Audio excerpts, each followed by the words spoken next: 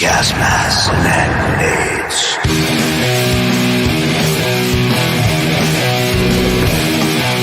Gas masks and hand grenades.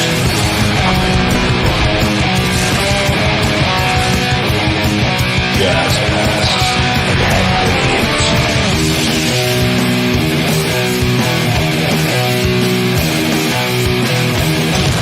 grenades. Gas masks and hand grenades.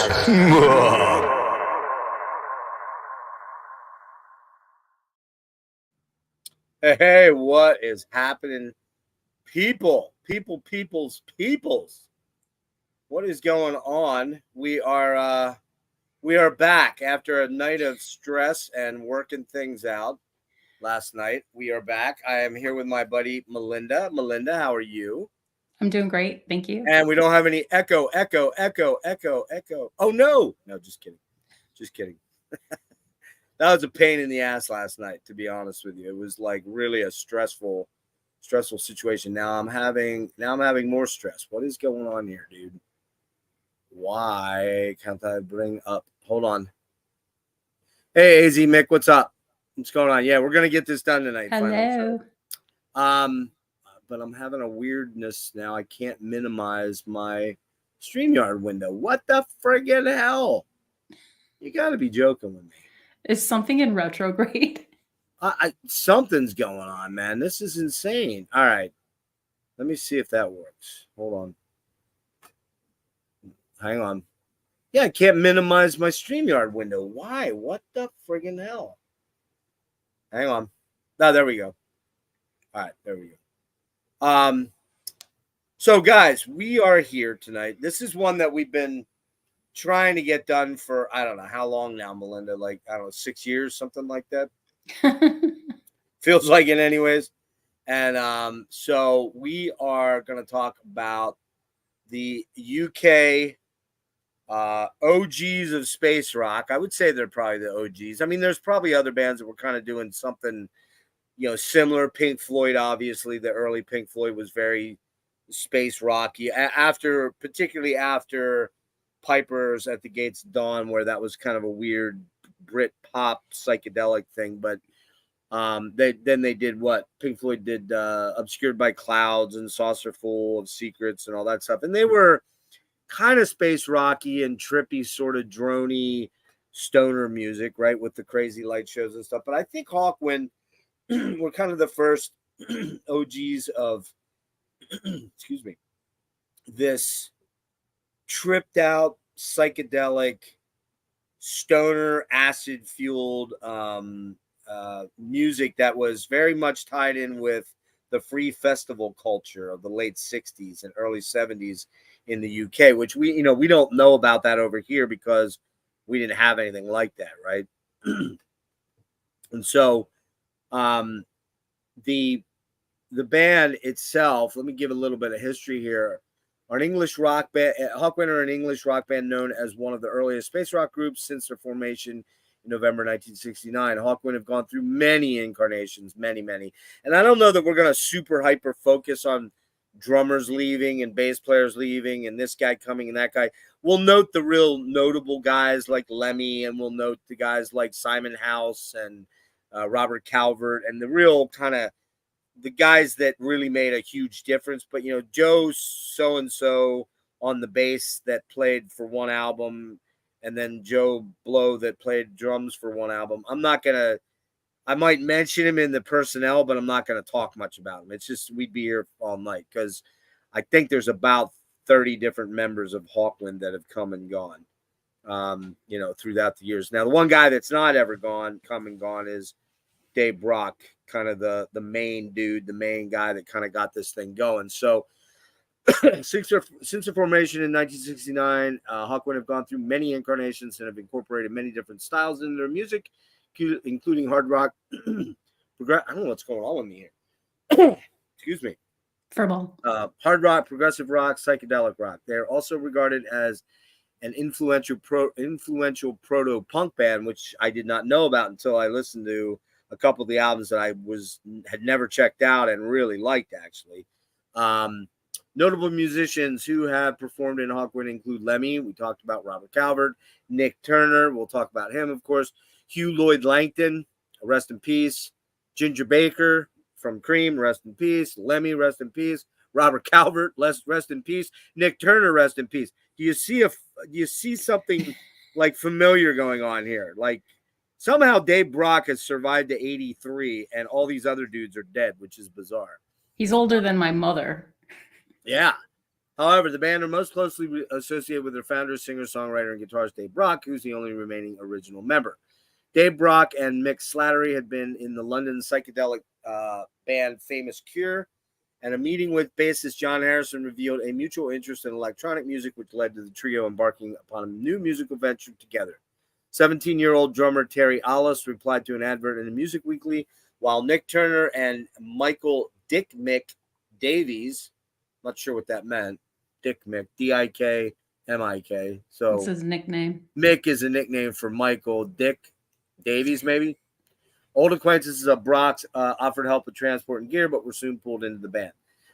Gate crashing a local talent night at the All Saints Hall in Notting Hill, they were so disorganized as to not even have a name, opting for Group X at the last minute, nor any songs, choosing to play an extended 20-minute jam of the Byrds' 8 Miles High. That 20 minutes of that's interesting. I like that song, but I don't know if I like a 20-minute version of it. BBC Radio 1's DJ John Peel was in the audience and was impressed enough to tell event organizer Doug Smith to keep an eye on them. Smith signed them up and got them a deal with Liberty Records on the back of a deal he was setting up for Cochise, the band Cochise. The band settled on the name Hawkwind after briefly being billed as Group X and Hawkwind Zoo. An Abbey Road session took place shortly thereafter, recording demos for Hurry on to Sundown and others, including on the remasters version of Hawkwind, after which Slattery left to be replaced by Hugh Lloyd Langton, guitarist, who had known Brock from his days working in a music shop selling guitar strings to Brock then. So that's kind of the basic history. There's a lot more to add in there as we'll go through the albums. We'll talk about little tidbits of information on each album and each incarnation of the band.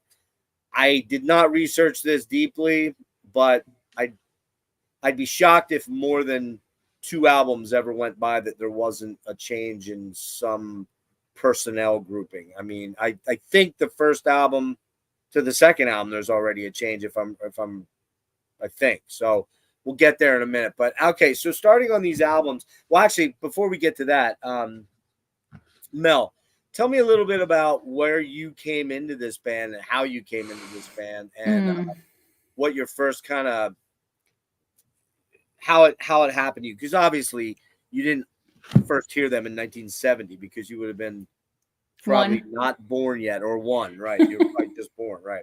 And I was only 4, so I didn't really find out about them until, and I'll tell you. So go ahead. Yeah. I honestly don't remember exactly when I got into them, but I was somewhere between 13 and 15, probably 14, 15. And when I was 15, I was playing in a band with my now husband. I would go over to his house and we would practice in his mom's basement. And a lot of the songs that we were playing pretty early on were Hawkwind songs. Oh, really? Yeah. How about that? So they were a huge influence on me musically. Them? Yeah. Did Don get you into them? Okay, that makes sense, right? Yeah, Don and Don's uncle. Don's uncle, I think, was into them first. But we were also going to this really cool record store around that time that we frequented for years. And the owner of that record store was really into like prog rock, space rock, krautrock, and he got us into like so much cool stuff too. So it was somewhere in there that I got into them. And like I said, they were a huge musical influence on me. And I grew up playing a lot of their songs as covers. Nice. The nice thing about them, and this isn't a way, I'm not denigrating when I say this, but their music really isn't super complex. Okay. No. A lot of it's just very kind of basic chord progressions, but they're hypnotic and drony. And then they're adding all the theremin and the violin and the spacey weird. It's a basic kind of sometimes it's just a basic chromatic run, that they're doing, Right. and you're doing, like a 1-4-5 or a whatever chord progression, but it's all the sauce that they add on afterwards and on top of, and Yeah. the weirdness and the freakishness and the trippiness and the far out grooviness. You know what I mean? A And lot of that's key kind of of what makes it E. special. What's that? A lot of key of E.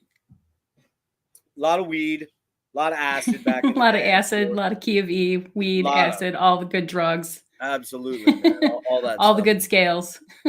So, for me, I I probably gotta think that I'd heard the name, but I don't honestly recall like digging into any albums. I think my cousin, who was older quite a bit, or not my cousin, it was my mom's cousin actually, but he was maybe about 5 or 6 years older than me. I remember going through his record collection back when I was 10, maybe mid 70s. And I remember he gave me a copy, and I don't have it anymore, which kind of pisses me off. I don't even know what happened to it. I think who knows? But he gave me an OG copy of Iron Butterfly Inagata Davida. Cool. That the song of the 22-minute drum solo. It seems like it's not that long, but it seems like it. And the I really seem to recall seeing Warrior on the Edge of Time in that group of albums. And now Cool. I didn't hear it. I didn't know what it sounded like, but I'm 99% sure that was in that group of albums. So what I maybe in the deep recesses of my brain, when I got into Porcupine Tree and started to kind of get into the Noi and I was already into Tangerine Dream by then, but I didn't realize that was kind of kraut rocky. It is, but it isn't. It's more synth based stuff, but there's bits of their stuff that's kraut rocky, the early stuff. Yeah. And then I'm kind of hearing about Kraftwerk, and then I'm kind of hearing about It's Too Late, and these various different kraut bands that I kind of can and Noi and stuff like that. And so I I don't exactly remember where, when, or how I decided to check out Hawkwind, but I gotta believe that it probably may have been like, oh, Wilson did that cover of what song was it? Do you remember? Mm-mm. On Yellow Hedgerow Dreamscape. Mm-mm. I don't What's that remember. song he does? He does a Hawkwind thing on there. Is it He out? does? I didn't even Yeah, know that. yeah. It's called. He does. There's two different versions. There's the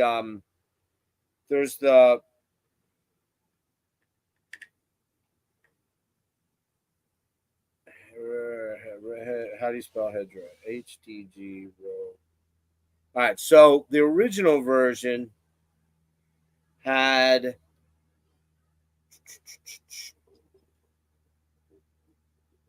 Hang on. Out. Oh no, Out is a Love, Death, and Mussolini. I could have swore he did a cover of a. Maybe I'm wrong. I thought he did a cover of a Hawkwind song,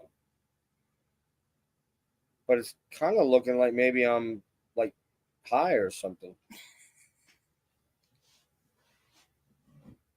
Okay, maybe I'm thinking of The Cross, which was a Prince song, but I thought he did a cover of a Hawkwind song somewhere.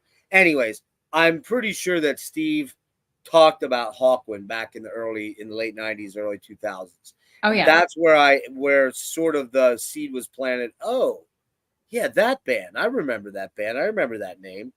And at some point, I just grabbed.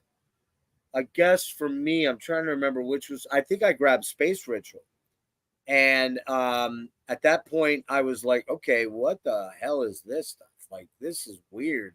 But I was already kind of into Can, Tagomago, and Noi, all three of the Noi albums. And so I was kind of at least understanding what was going on.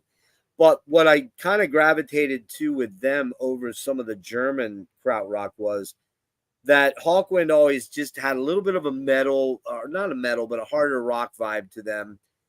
And they had a little bit more melody overall in terms of it wasn't just repeating the same riff over and over. There was that special sauce that was coming in, whether it was a keyboard, bubbling synths, whether it was, and then of course Hawkwind kind of led to me getting into what are they called?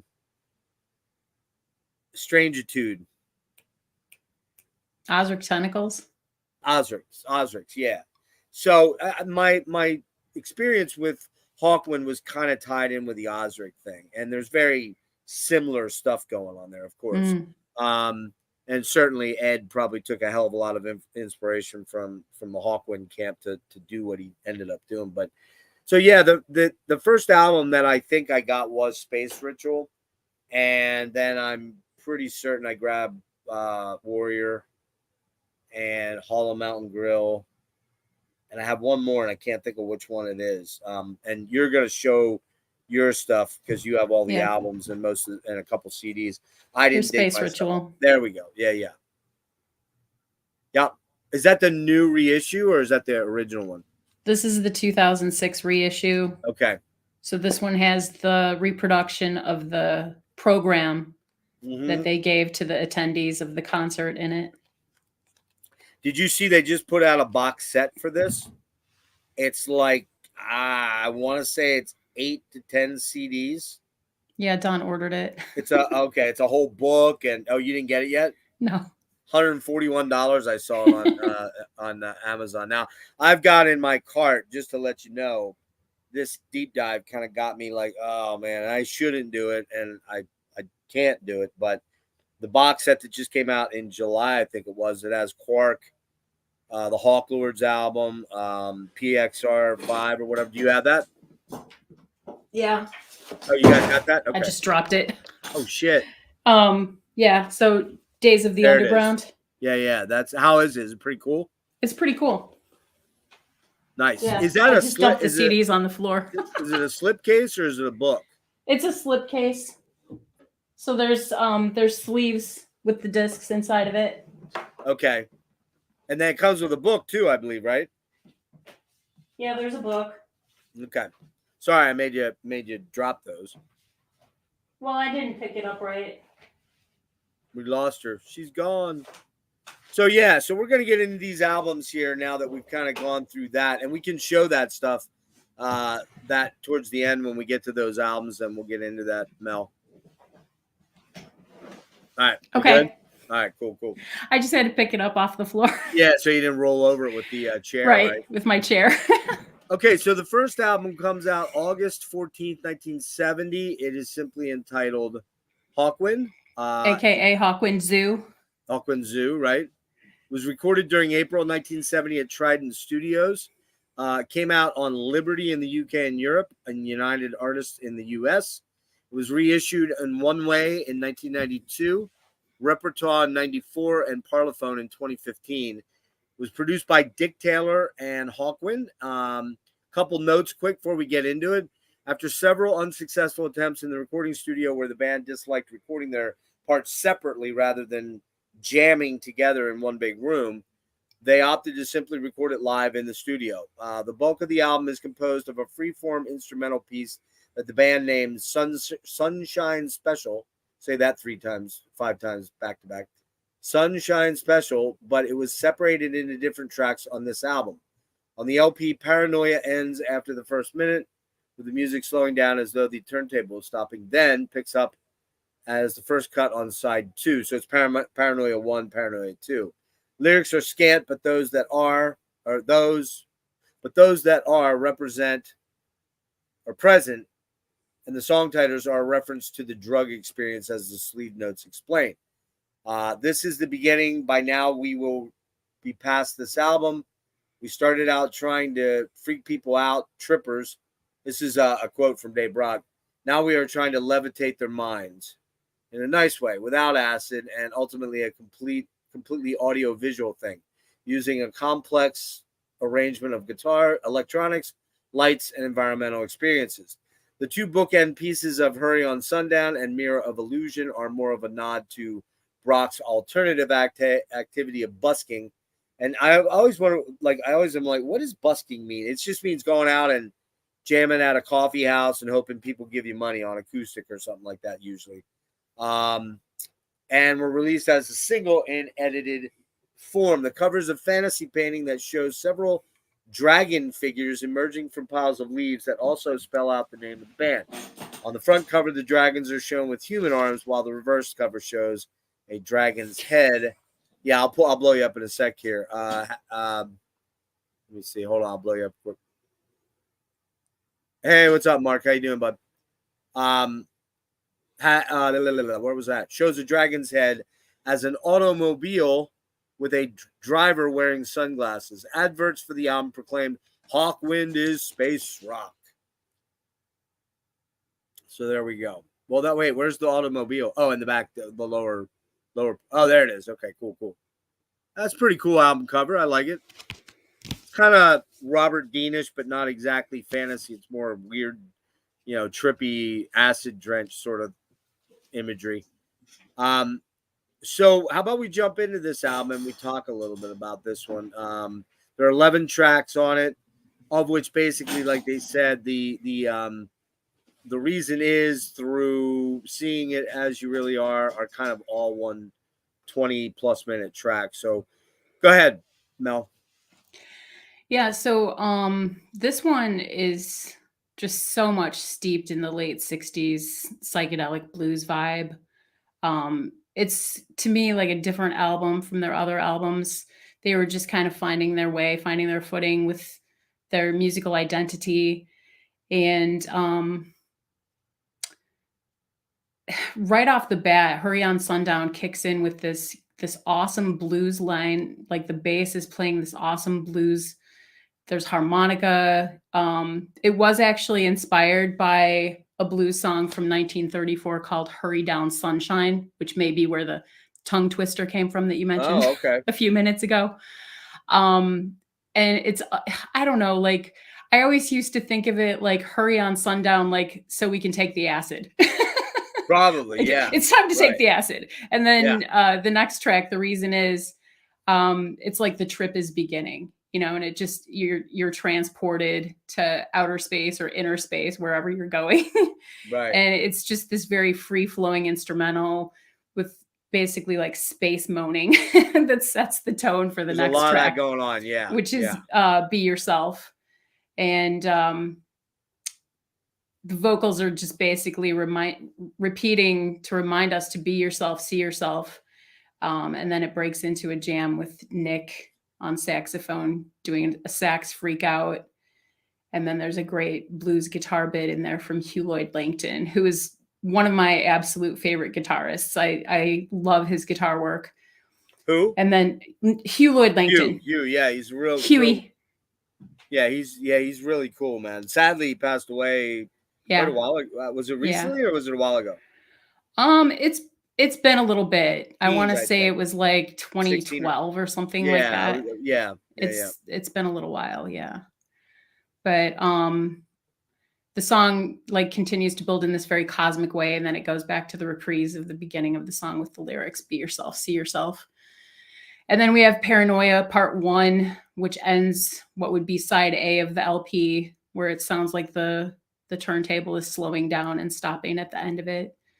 And then side B starts with Paranoia Part 2.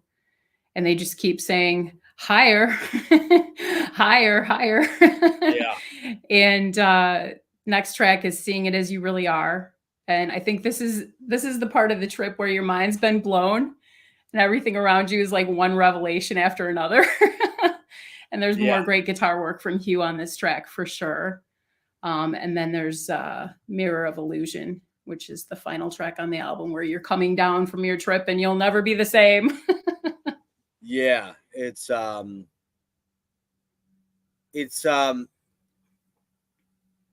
can't say I love this album. And I had never heard this one because my voyage started with Warrior, with Space Ritual and then Warrior, and I went back to the first, what I call the first proper one, with In Search of Space. I never checked out the original, the untitled one, and I don't exactly know why, but I had a comp. That was the other thing too. I'm wrong about this. I said Space Ritual was first. That's not true. I know where it came from. Our old friend, dearly departed as well, Lou Fisher, made me a compilation. Okay. He made me a compilation of he burned me a copy of one of the very early Hawkwind like double CDs, and it led off Cool. with Hurry on Sundown, which so right away, very 60s trippy acid wash folky track, fan favorite. To me, it's the best track on the album. I love that song. It's just such a cool hurry on sundown, see what tomorrow brings. It's got that it's just so very 60s and Yeah. California and birdsy and very of that era, right? And I Yeah. love it. It's a great track. And then things just get weird. The reason is Truly. atmospheric. What's that? Truly. They really do. And now, the way you explained it, that it was kind of more or less portraying probably an acid trip or a drop in LSD or something, kind of makes sense, Yeah. because That's it what I starts get out out of with it. this.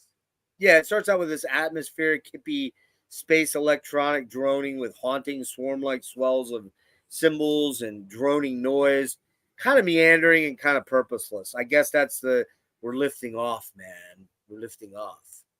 And then you get to the be yourself thing. It's kind of a 60s, 70s mantra like hymn, like you said, be yourself, be yourself. Nothing truly innovative, sort of krautrocky. Then then you get that obligatory drum circle solo thing and the clickety clackety wah wah thing, right? That's always kind of that's very early on. That's what's going on a lot with this band. You get a little bit of wailing saxophone and some drony sax that's kind of delayed in there. That's kind of cool. Paranoia, the chanting mantra over spooky guitar bass synth lines that repeats and gets truly weird. Paranoia 2, more weirdness and drony, sinister sounding oddities. Seeing it as you really are, noisy, drony, trippy, blah, blah, blah. Not that impressive. Mirror of Illusion, solid hippie drony sitar or acoustic. I'm not sure which. Sounded like sitar, but could have been acoustic that was treated. Not much dynamically going on, to be honest. It's not great, but it's not awful. Now, on this album, I listened to the bonus tracks, which all I was listening on YouTube. So I was catching all these albums, and they had all the newer versions, like from 06 on up, I think, with all the remasters with the bonus disc. So what I did was I picked out the songs that weren't the live things, which I didn't care about. And I picked out things that looked to be like, oh, that's kind of exclusive to these sessions. And one of the things it was Kiss of the Velvet Whip, a.k.a. Sweet Mistress of Pain. I kind of like that track. That's a cool track. It's very 60s, kind of doomy, and yet trippy and hippie. And it's cool. It's late 60s sounding, but it's cool sounding. I like that track quite a bit. Then they do a cover of Cymbeline, which I think was that on Metal? Or no? Umagumma? Fuck. Or was it I can obscured? see the cover, and I don't know what that It one's was either called.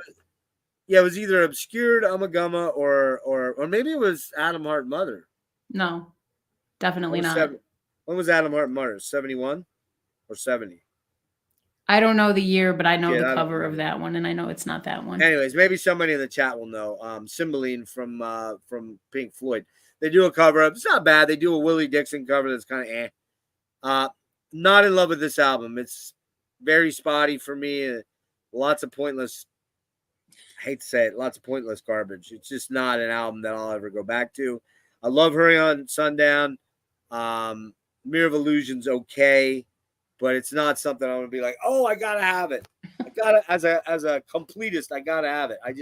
I don't feel that way about this album. I probably wouldn't buy it unless I found it in a cutout bin for $2 or $3 or $4, something like that. So I'm giving it a 5 out of 10, mostly on the strength of Hurry on Sundown. That's what I would go with. So Okay. all right. In Search of Space is the next album, which came out. October 8th, 1971. Was recorded at Olympic Studios. It came out on United Artists for most of the world, Liberty in Japan and South Africa, and it was recorded by, produced, by George Bull. Chkiantz. Giants. I don't know. And Hawkwind. So, In Search of Space, also known as X In Search of Space, is the second studio album from Hawkwind, released in 71. It reached number 18 in the UK album charts in 1971. Okay, that makes sense. Bass player John A. Harrison, original on the first album. Here we go. The First Defection left just after recording the first album, replaced by Thomas Grimble, who in turn was replaced by Dave Anderson from Amandol 2. And Van der Graaf Generator. Right. Wait, who? Dave Anderson was also in Van der Graaf Generator. Oh, I didn't know that. Yeah. Really? Yeah. Early on or what? Yeah. Okay. I did not know that. How about that? Kind of a cool little factoid. Yeah, and because I got to show you something that I just got. Uh-oh. Are you there? Yeah. What the hell? Oh, okay, weird.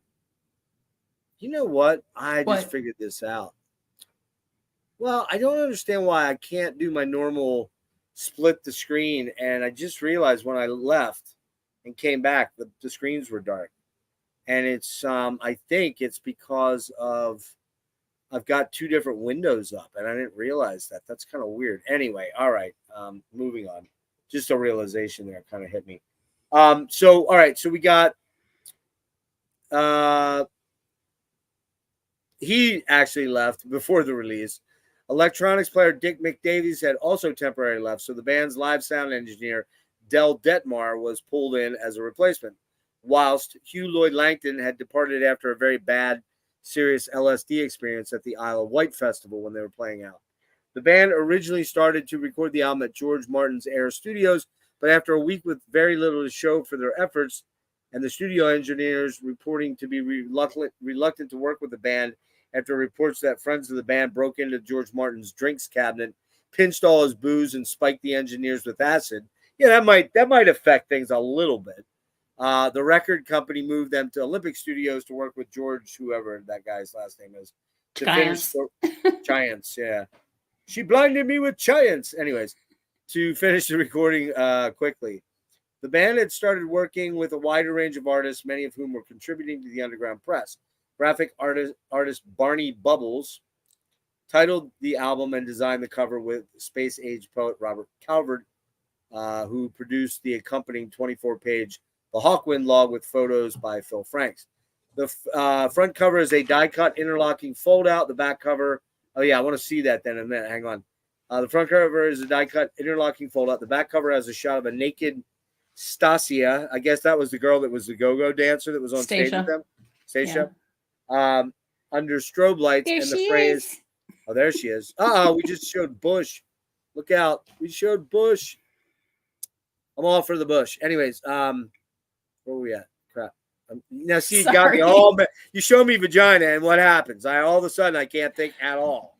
Way to go, Mel. Way to go. It's blurry. I don't know what the excitement's all about. What's that? It's blurry. I don't know what the excitement's all about. But we're very visual creatures. We can figure it out. I saw enough there to indicate there was a bush. That's all I needed to see. Anyways, let me get back to this. So the back cover has a shot of Stacia on a stage under strobe lights and the phrase "Technicians of Spaceship Earth, this is your captain speaking. Your captain is dead." And they had the umlauts on there, so they were using them before Motorhead. That's where Lemmy stole that from, probably. Maybe. Go ahead. Maybe. Oh, I'm pretty sure. Which some people assert is a demonstration of the heavy metal umlaut. So there you go.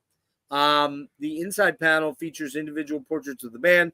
However, as Dick Mick had left the band, his portrait was not taken. So on rejoining, just before the album's release, a hastily added image was included. Inside the fold-out of the sleeve are various pictures of Hawkwind and the Pink Fairies, another space rock band from that era. playing together underneath the Westway in London. I don't know what the Westway is. Probably a tram system or something. Bridge, maybe. Almost done. There is no overall concept or theme to the songs on the album. The ideas that would culminate in the Space Ritual show are merely contained within the album packaging, album package principally. The Hawkwind log. Oh man, they've got periods all over the place in this freaking Wikipedia write up. So shows are there is no overall concept or theme to the songs on the album. The ideas that would culminate in the space show ritual are merely contained within the album package, principally the Hawkwind log. There we go. It opens with melody. Oh, I'm not getting into that. Melody Maker reviewed the album in the context of contemporary German acts, feeling that their instrumental playing did not reach the same height, but that they yield precedence to no one in their creative use of electronics. Beat Instrumental assessed the album as excellent, saying the music alternates between spaced out imagery and hard rock, as well as commenting that this is the start of the space trip leading to the space opera. So there we go. Blah, blah, blah, blah, blah. This is the album. Show us what you got, Mel. Okay. Yeah, show us again. I'll blow you up. Here is the cover. This is a pretty cool cover. I don't know if you can see how it's got there's like a die cut, like right here. I'll open it up so you can see. Yeah, show us that. It's a little bit fragile, so I want to be really careful with it. Is that an original or not? Yeah, it's original. Oh, wow. Oh, nice. Yeah, so it folds open. Oh, that's so cool. Oh, that is killer. Yeah, look at that. That is amazing. I love that. That is so cool. I got to get that now. I got to hunt one of them down. It'll probably cost me like a kidney or something. Yeah, so that's the front. Right. And then the back. Yep. Move on.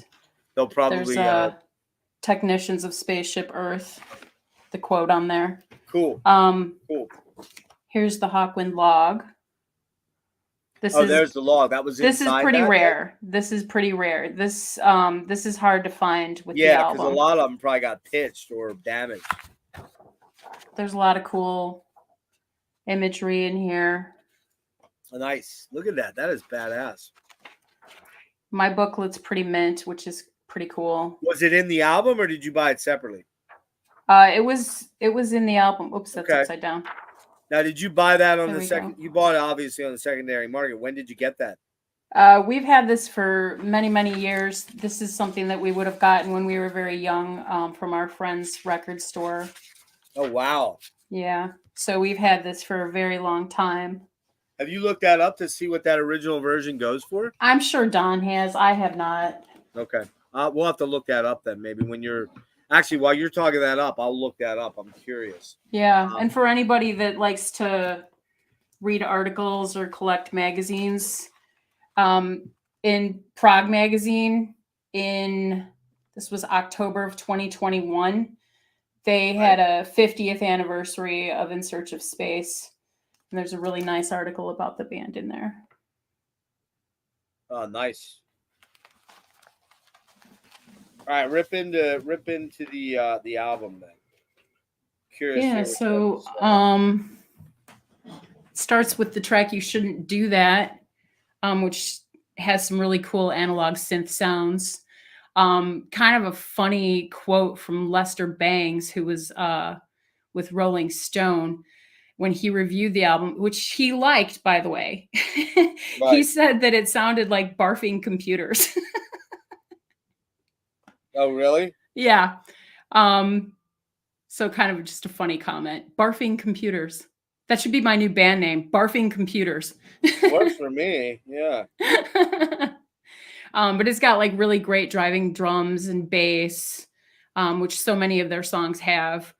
They just have that wonderful driving rhythm to them that keeps you engaged, even though a lot of the songs have the same chords, the same key signature. It keeps the interest with the rhythm. The next track is "You Know You're Only Dreaming." And this track uses the riff and the feel from a Steve Miller Band song called Right. Kent Blues from Yeah. the Yeah. album Number 5. And Nick's flute and sax playing on this track is really spastic, but it goes perfectly with the song. And then next up is Master of the Universe. This is a total Hawkwind classic song. This is the first time that they're using overtly sci-fi lyrics. So this is really where they stepped into that true space rock, Right. cosmic pioneer phase. Nick Turner wrote the lyrics. Nick Turner wrote the song. So he's singing on there. It's actually the first time that we hear him singing. And little funky tidbit about this song, it was used by Ford back in 2012 on a TV commercial to advertise the Ford B-Max. I don't even remember what that car I don't is. remember that one either. But they used it in the commercial, which is kind of funny. I also love the use of phaser in that song. Like, I have a thing for phaser, and that song just like kills it with the phaser. Then we have We Took the Wrong Step Years Ago, which is a great 12-string acoustic number. It has a great jam in the middle of it. And of course, the lyrics are warning people about where society is heading, and it's totally still relevant today. We're still going in a bad direction overall, I think. And then Adjust Me, which is kind of an improv freak out. It seems like it was just finding its groove, and then the track ends. But there's only so much room on the album, so they had to fit all their stuff in. Then the last song on it is Children of the Sun. This is definitely like a late 60s, early 70s vibe with acoustic guitar and flute. Oh, yeah. Vocals dripping with psychedelia. And I didn't really cover off on the tracks that are on the 1996 remaster. I just stopped at what was on the original album. That's fine. That's fine. I've only, if I note something, there was something cool to note. You know what I mean? So on this one, it actually has a couple of cool bonus tracks. For me, by the way, there's a copy in here in Italy. It looks like it might be a promo copy because it says "Campignon non vendable," meaning not for sale. So it's probably an Italian promo copy. That sounds French. Or radio copy, yeah. Well, it is French, but I mean, this one's in Italy, and this is gotcha. This is legit and has the book, and they want 152. So, yeah. Now, a lot of these in here, they're 60, 70, 80, but they're missing the book. So you definitely, like you said, you've got a treat there with that. So, yeah, for me, this is kind of where the band gets cooking. And you shouldn't do that as this, 16-minute tripped out, nutty, repetitive, droney, beat driven sort of lots of saxes, lots of bubbling synth, lots of horns. It's a groovy track. Could it be a little shorter? Maybe, but it's also what kind of makes it charming is that just kind of you can almost get into it hypnotically and just kind of, you don't have to think about it. It's just kind of, let it go and do its thing. And, I don't want to call it background music, but I'm going to just say that it's got that vibe that you could be doing work and not focused on it entirely, but still hear it. And it wouldn't be, oh, I got to stop to listen to this, you're only dreaming, lots of flutes and saxes, droning guitars, a lot more actual cool riffs on this one. Soloing is good, but I really love the fluty prog, man. I love the fluty flute. That's why I love Jethro Tull. I love when Wilson was doing the shit that he was doing with Incredible Expanding Mindfuck, and he'd had Theo Travis come on and do all that delayed, blah, blah, blah, you get all those weird, trippy, ethereal, gauzy kind of almost like you're in a narcotic sort of state. You're just floating with the flute. I love the flute. So it's all over that track. Yeah, it really makes me feel like I'm tripping when I listen to an album like this, which is weird because I've never actually tripped. So I don't know what it feels like to trip. But if I did trip, I feel like it would feel like this. Anyways, Master of the Universe, Nick Turner's first vocal on a Hawkwind album. Droning space rocker that's pretty trippy, but proto garage rock. Even has a little bit of a metallic edge to it. Not metal, but it's a little bit of distorted guitars. Adjust Me, trippy synths and cool fluty trippiness, and theremin. It sounds like theremin, anyways. That it sounds like it's a theremin, or it's a synth that's made to emulate a theremin, the way that the theremin works. Lots of wah, drenched, drony guitars, drony vocals, mixed low voices, weirdness, including a trollish sort of elf voices that are in there that are sped up. Where they took the voice and then they did the tape speed adjustment. Lots of panning, slowed down tape manipulation, super fucked up, at times engaging, but kind of mindless noodling. It's kind of a 50-50 song for me overall. Children of the Sun, Children of the Sun, Children of the Sun. Oh, that's the wrong Children of the Sun. Sorry. I wanted to sing that, but I'm not. My voice is kind of fucked today. It is not, by the way, Billy Thorpe, Children of the Sun. It is the Hawkwind Children of the Sun, which predated the Billy Thorpe Children of the Sun by probably 7 or 8 years. Do you know that song, Billy Thorpe, Children of the Sun? I do. Okay. Love that song. Love that album. That's one of my favorite albums. It's a classic. That album, 1977, that was when rock music took over my life. And that was one of the albums. Yeah, but it's a cool acoustic track. Has a really cool metal-like riff in it. And the main verse, I dig it. Turner and Dave Anderson. It's a Turner and Dave Anderson track. Reminds me kind of a Jethro Tull song. Has a Jethro Tull vibe to it a little bit. Particularly Benefit era Jethro Tull, late 60s, 69, 70. It's just got that, like, I don't know. It's got that Tull UK-ness to it, and then the icing on the cake then is how it, kind of gets more, I guess, metallic. Is pretty cool. So bonus tracks on there. You got 7 by 7. Man, that's a killer rocker, man. Crazy vocals by Robert Calvert. Trippy narration in the middle. Lots of theremin weirdness. That's a kick-ass track. I love it. Should have been a warning that I was going to really like the Robert Calvert stuff once we got there, which we're getting there. Silver Machine. That is Lemmy's first vocal. Full-on live version. This one is. It's okay. A little too much of a long synth intro, the spaciness. I would probably dig it if I was high, but it wasn't. So it's cool guitar and synth the rest of the way, though. So cool song.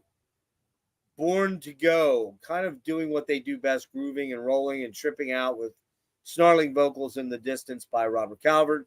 And this is a huge improvement on the debut, but it isn't perfect, as there is some mindless grooving trippiness that is kind of a bit monotonous on you shouldn't do that, and Adjust Me. I'll go with a 7.5 out of 10. I like it. It's definitely one I need to get. I don't own it, but it's not like.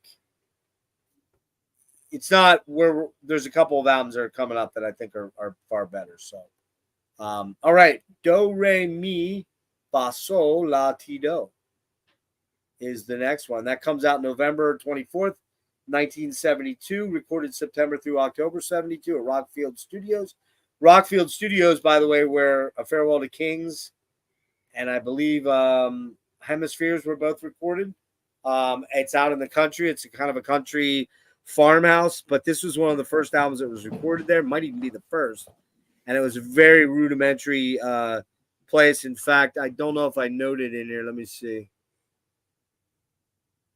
There's a great documentary about that studio too.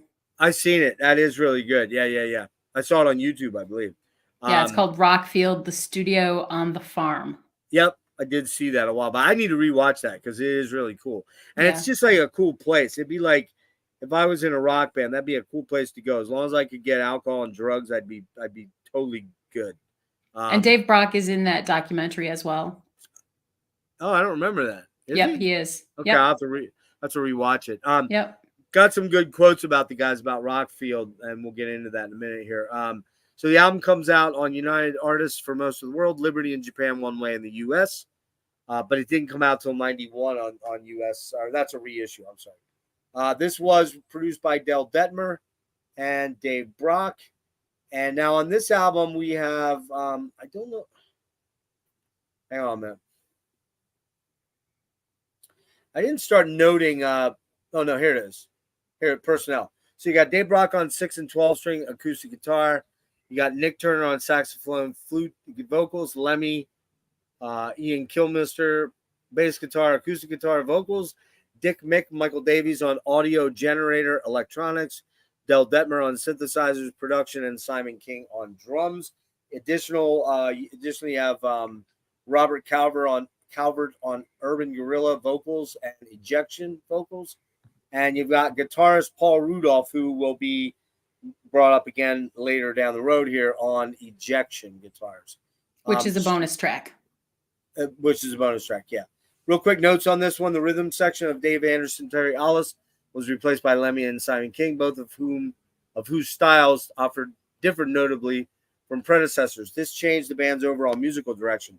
Lemmy was a self-confessed inept guitarist who used volume and stagecraft to cover his lack of ability. He became a bassist by accident after joining the band, thinking he was replacing Hugh Lloyd Langton, Lemmy said. I knew the guitarist because he took 8 tabs of acid and then we never saw him for 5 years.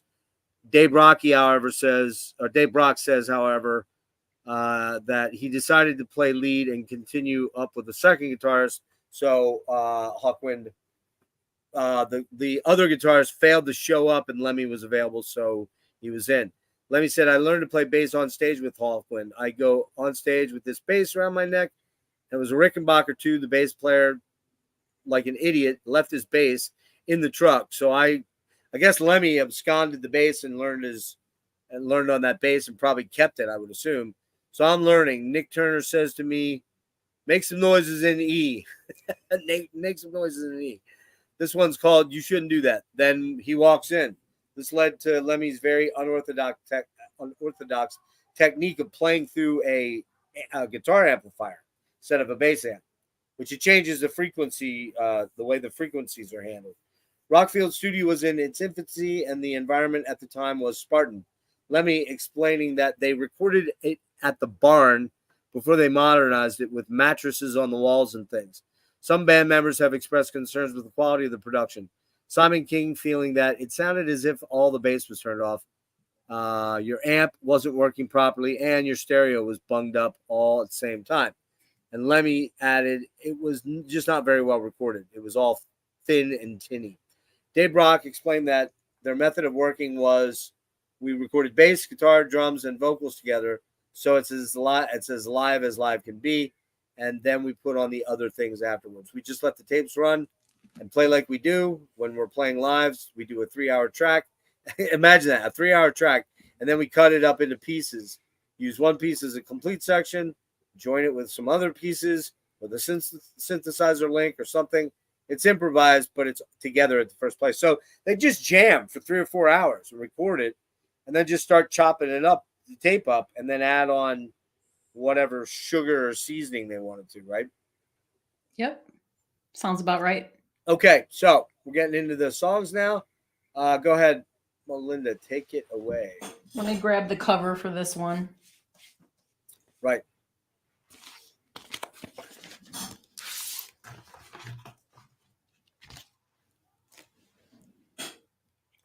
Pretty cool cover. It's like metallic. I'll be right back. So talk a little bit on this one, okay? I'll be right back. Okay. This one, I don't think it has a gatefold on the original one. I'm not sure if this is an original copy or if this came later. We definitely got this one when it was new, and there's no booklet with it or anything like that. But still, like, pretty cool art on the cover, and definitely it's one that you see reproduced a lot on t-shirts today. They're still making Hawkwind shirts, and that's definitely one of them. For the songs on this one, it starts off with Brainstorm, which is a total classic. One of the best loved, best known Hawkwind songs, I think. And like the other albums around this time, it vacillates between the driving heavy rhythms and the spacey, free-flowing interludes. Track 2 is called Space is Deep.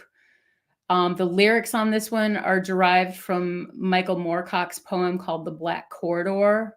And it was around this time that Michael Moorcock started really doing a lot more collaborative stuff with the band. Track number 3 on side A is called One Change. And then side B, we have Lord of Light, another classic track. And like I said earlier, I love it when they use phaser, and that track has a lot of phaser on it, done in a really cool way. Next track is Down Through the Night, another classic one. Just, a lot of repetitive themes in the music, but still it's got that driving rhythm to it that just pulls you in and makes you want to move. Time We Left This World Today. My band used to do this song. Love this one. Nice. And then we have The Watcher. And The Watcher is Lemmy's first composition for Hawkwind. And it's kind of a spacious acoustic song with fuzz bass like he used to play all the time with them. This album really was kind of like a true precursor to Space Ritual, which came next. Right. Which was the live album that came next. The concept, so the title of the album is based on the assignment of syllables to the steps of the diatonic scale. But it also alludes to the music of the spheres, which the basic principle for Space Ritual, it's based on the Pythagorean concept of sound. Okay, so that theory conceived the universe to be an immense monochord with a single string stretched between absolute spirit and absolute matter. And all the planets were positioned along this string. And there was like a whole deep philosophy surrounding this album that carried over into Space Ritual. I won't get into it. If anybody wants to look into it, the information's actually up on the Wikipedia page for this album and for Space Ritual, which is pretty cool to look into and read about if you're interested. But it's amazing how much deep thought actually was going into the concept. It's pretty remarkable to me. Considering how fucking high they probably were. Right, exactly. I mean, like they Yeah. obviously were still using their brains just in a really like far out way. Yeah, exactly. It kind of is mind blowing when you think, and I don't know, who knows? Maybe Dave Brocky, I keep wanting to call him Brocky because I'm thinking of the guy in Guar. Dave Brock maybe was, who knows? I've never talked to him or seen interviews with him, so I don't really know whether he's far out and whacked or not, whether he was using a lot or not. I think it'd be kind of hard to keep the Hawkwind machine rolling if he was just constantly LSDing out. But then again, you never know. I mean, I talked to Paul Masvidal in Cynic a couple weeks back, and I'm like, we were talking about mushrooms, and I know he believes in mushrooms and the healing power of them and the medicinal use. And I'm like, oh yeah, I said, I've thought about microdosing with my condition to see if it would help a little bit, but I'm scared because he's like, well, this isn't like LSD. I'm like, oh, have you used LSD? And he's like, yeah. I'm like, oh. He's like, oh yeah, I still use it. I'm like, wait, what? I'm like, really? Like, like to me, LSD just seems like that designer drug of the 60s. Like, I know it's out there. I'm not stupid, but I just think like, well, I've never sought it out, so I wouldn't even know where to go. Now, if I wanted LSD, where would I? It's not like I go out front and sit on the front steps, and as everybody walks by, I go, hey, you got any LSD? You know anybody that does? You know what I mean? It's like, where would you even find it, right? So what I'm getting at, the point I'm getting at with these guys is that I got to believe they were all imbibing fairly regularly or pretty regularly. And, you wonder Especially how much. Nick. Huh? Especially Nick Turner. Okay. Yeah, he would get like liquid LSD and literally like pass it out to the crowds at the shows. Wow. Wow. Yeah, that's pretty intense stuff. That's kind of mind-blowing to me in a weird way. Yeah. But I mean, like, it would seem that if they're using that stuff, but here again, I've heard and I've read and I've seen, like people taking LSD videos of them where it kind of opens that third portal in their mind, where it opens that third eye, and they're able to creatively and from a what's the word I'm looking for here? Clearly, I don't use LSD. From a higher brow, like intellectual way, it allows you to really focus in on things and do certain things. So maybe it's not that big of a deal. Maybe like you can use, some people can really use everything's individual anyways, because you and I could use the same drug and you could freak out and I could be totally fine. So you never quite know. I'm one of those guys that smoked weed way back in the day and would trip off of smoking weed. And everybody like, what the hell's the matter with you? I'm like, dude, you don't see like Puff the Magic Dragon over there? And they'd be like, what? Like, I'm no, man, there's Puff the Magic Dragon over there. They'd be like, how many hits of that weed did you have? I'm like, just 2, man. So that's why I was always very wary of any of those kind of substances. But yeah, it's just kind of funny that they could do these highbrow intellectual concepts and they're fucking ragingly fucked up on weed and probably alcohol a little bit too, and psychedelics, which is just like, that blows my mind. Hey Ed, what's up, man? My intro to Hawkwind was Space Ritual in Search of Space. Probably 88 or 89. Okay, yeah. I quickly went out and got those for myself. So yeah, man. We're almost up to Space Ritual. I'm gonna run through my the More soundtrack. Thank you, sir. I knew it was one of the early albums, and that was the film soundtrack to More. So for me, Brainstorm was his first solo track, as you said, as a writer. It's a space rock monster. It's killer with lots of jamming, super trippiness, spacey sax, flutes everywhere. Love it. 11 minutes of droning nuttiness. It's just a great track, and one they always would play from what I've seen on a lot of the live stuff. Space is Deep. That's a cool rock track. It's got the right amount of trippiness, weirdness, spaciness, but also the acoustic, electric, sort of singable choruses, right? Like Hurry on Sundown. It's got that vibe to it. Lord of Light is a rocker. Cool. Really dig this track. Although it's kind of Hawkwind doing what they do mostly. Cool flutes and weirdness. That phased out, I think you talked about phasing, that phased out flanging wickedness is super badass. Basically, what we talked about at the beginning, it's a chromatic track. It just moves up the scale or down the scale. I forget off the top of my head right now. But it's wicked. Down Through the Night, that's a cool rock track. He's always good at those acoustic, sort of ethereal sort of sounding tracks. Time We Left This World Today. That's the one track on the album that just didn't do anything for me. It's just it's a jam, a lot of shouted repeating lines, the same lyrics. The Watcher, I did not listen to that. I forgot to go back and find the track. That's Lemmy's first track, right? Are you there? Yep. Okay. And what's that like? Because to be honest with you, I forgot it was off the album. I couldn't find it on the 3 versions I had, and I didn't go looking for the single. What's it like? I mean, I don't know how to describe it. Kind of really. acoustic. It's kind of acoustic. Isn't it? It's like a slower song. Yeah. Urban Gorilla, cool, funky, wonky, 60s sounding weirdness, acid drenched, kick ass, almost metallic, kind of punkish, which we're gonna get to soon. With Calvert on vocals, kind of one of my favorite tracks actually. Brainbox Pollution, another man track. Don't hate it, but don't really love it.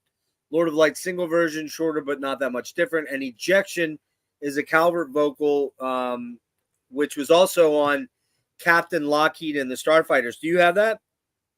Yeah, I didn't bring it up here, but I have it. Okay, I gotta get that album because I listened to that after. I love it. It's fucking so out there and so cool. You'd probably like Lucky Leaf and the Long Ships too. Yeah, probably. But that's one. Now, do you have an original of that one, the Calvert album? I don't know if I have the vinyl. I have the CD for sure. Okay. We might have the vinyls of it. I don't know offhand because there's just that's too probably much. not one that's easy to find. No, out there. So, all right, we're at Space Ritual.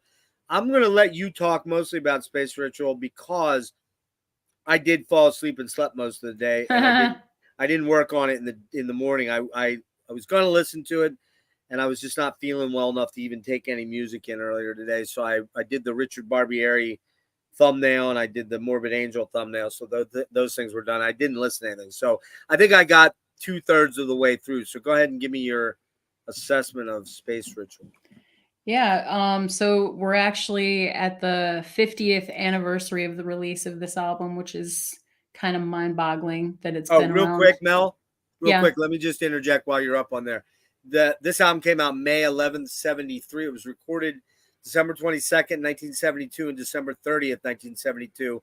One show at Liverpool Stadium and the other at Brixton Sundown in London. And the original album was 86 minutes, 56 seconds long. The expanded 2007, which I think is the one you have there, right? Well, I have the original album too that I'm going to show. Well, no, but what do you have? The CD was the expanded The CD one, right? is the 2006. Okay, yeah. Yeah, So that one's actually 2006 remaster. That was actually 132 minutes long. Yeah. And now they're putting out this box set, which I'll pull up quick while you're talking and show everybody that, which you said you have on order, which I want to show that thing because it's mammoth. So go ahead. Okay. So another really cool article in Prog Magazine celebrating the 50th anniversary of this album for anybody that likes to collect this stuff or is interested. Really cool article. And this is the January 2023 edition. But there's some really good pictures and great information in there talking about the recording and interviewing various people that were involved with it. The album cover for this is pretty impressive. So I actually have like 3 or 4 copies of this album because it was just so collectible and so cool. And I'm glad that I have them. They're in varying degrees of wear because they'd obviously been out for a while when we got them.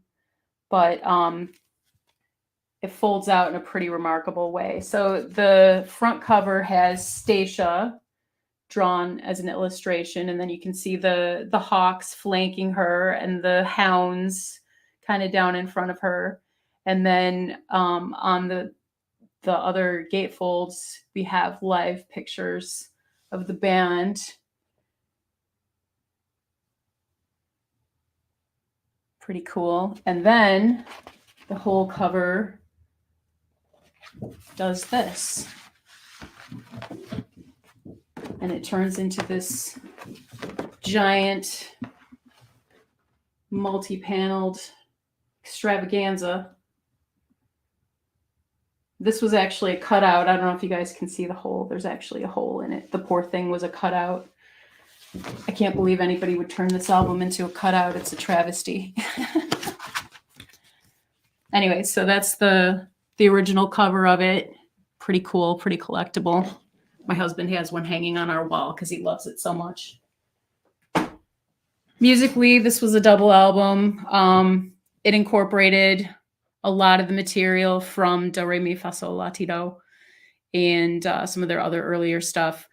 The show was attempting to create an audio-visual experience, and it was based on themes that were developed by both Robert Calvert and Barney Bubbles. And Barney Bubbles did that cover, by the way. He did a lot of their early covers and was just obviously an extremely talented, gifted artist. So Robert Calvert kind of came up with the idea of this fantasy of starfarers in suspended animation traveling through time and space with the concept of the music of the spheres, which I kind of touched on. And during the performance, they would have dancers. They had a light show by Liquid Len, who was very well known at the time for doing really cool, trippy light shows. And then Robert Calvert was reciting poetry. And like I mentioned earlier, when the people came to the show, they were actually given a program, which a reproduction of that program is in this 2006 remaster CD. Right. And that featured a sci-fi story by Barney Bubbles, setting the band in a scenario where they're returning to Earth. Musically, it's just phenomenal. Like just hearing all those tracks being played live, the energy that was captured in the recording is fantastic. Um, some of the tracks appeared on later albums too that they did during this show, like Orgone Accumulator. I think 7 by 7, even though it was a bonus track from one of the 96 remasters that you already mentioned. Yeah, it was I later. think, yeah, that came later. Sonic Attack came later. 7 by 7 again encompasses that whole Music of the Spheres theme and the Seven Rays theme. So they're getting into some really deep esoteric stuff during this period for sure. And it was obviously like very much embedded into their music and their musical ideas, which I love it. I love the deep thinking aspect that comes through. Yeah, and then hang on a sec here. I have the original. Well, no, it's not original because I have the original CD press on the Digipack, but it's the original set, not the expanded one. I went looking for a box set, and I don't see any mock-ups on the box set. I just see it's 10 discs and one Blu-ray with the show in 5.1. I didn't check. I don't think it was Steven that did that, which is kind of surprising because he does everybody else's, and he loves Hawkwind. But he did do Days of the Underground. What's that? He did do Days of the Underground. Well, and he did Quark and Hawk Lords and right, that's that box set. Days of the Underground. Yep. Oh yeah. Oh, I'm sorry. That's what it's called. Days of the Underground. Yeah. Yep. He did that, but I don't think he did this recent Space Ritual one, which is kind of crazy because I know that's one of his favorite live albums. But and like all things, I never really read up to find out how live it is or it isn't. But I think it's probably quite a bit more live than a lot of those albums back then because they weren't really scared to just get out there and jam, warts and all. Right. And the artwork is, as Mel showed you, is super cool. And it's for me, you know how it goes. Like I'm one of these weird dudes that loves to go to live shows, loves to see bands live, but I hardly ever listen to live albums. Like I'm just like, and I'm from the era when live albums were the thing, which so are you, Mel, too. I mean, the Brampton Comes Alive and Live and Dangerous and Strangers in the Night and all those killer live Unleashed in the East, all those great live albums, which turns out a lot of them weren't really live. A lot of them were overdubbed into insanity, right? Right. But for some odd reason, I don't really gravitate towards live albums. But this is one that's a lot of fun to listen to because the songs are very much improv. They're not exactly like they are on the album. They go. Sometimes they just go on for, I don't remember how long is Brainstorm on this one. I don't know. I'd have to look. Let's see. Does it have it on the back? Brainstorm. Let's see. Yeah. It is 9 minutes and 20 seconds. Oh, it's actually shorter than on the album version. Interesting. But yeah, I mean the way that they just got out there and went for it and didn't care if there were warts and all type stuff like that, mistakes, whatever, dude. We're all high. We don't give a shit. Just go jam, man. That was kind of, what makes this album pretty cool and kind of unique. And it's, it's a pretty early live album in the pantheon of live albums. I'm trying to think when King Crimson did a lot of live shows, but I don't think their first live stuff was until maybe close to the middle of the 70s and that they put out. And then, you had Yes was kind of, I'm trying to remember when Yes songs came out. Was that 73 too, right around that time? I don't know. Yeah, 73 or 74, maybe 75.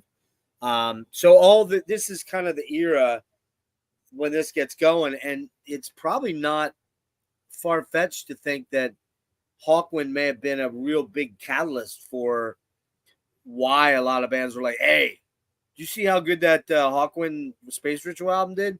That thing's pretty fucking badass. We should do something like that, And then other bands, other artists started dropping these live albums pretty regularly. So, yeah, it's a cool album. I probably, well, it's hard for me to say, but I would probably like to get that box set. Although, do I need every show? That's the thing.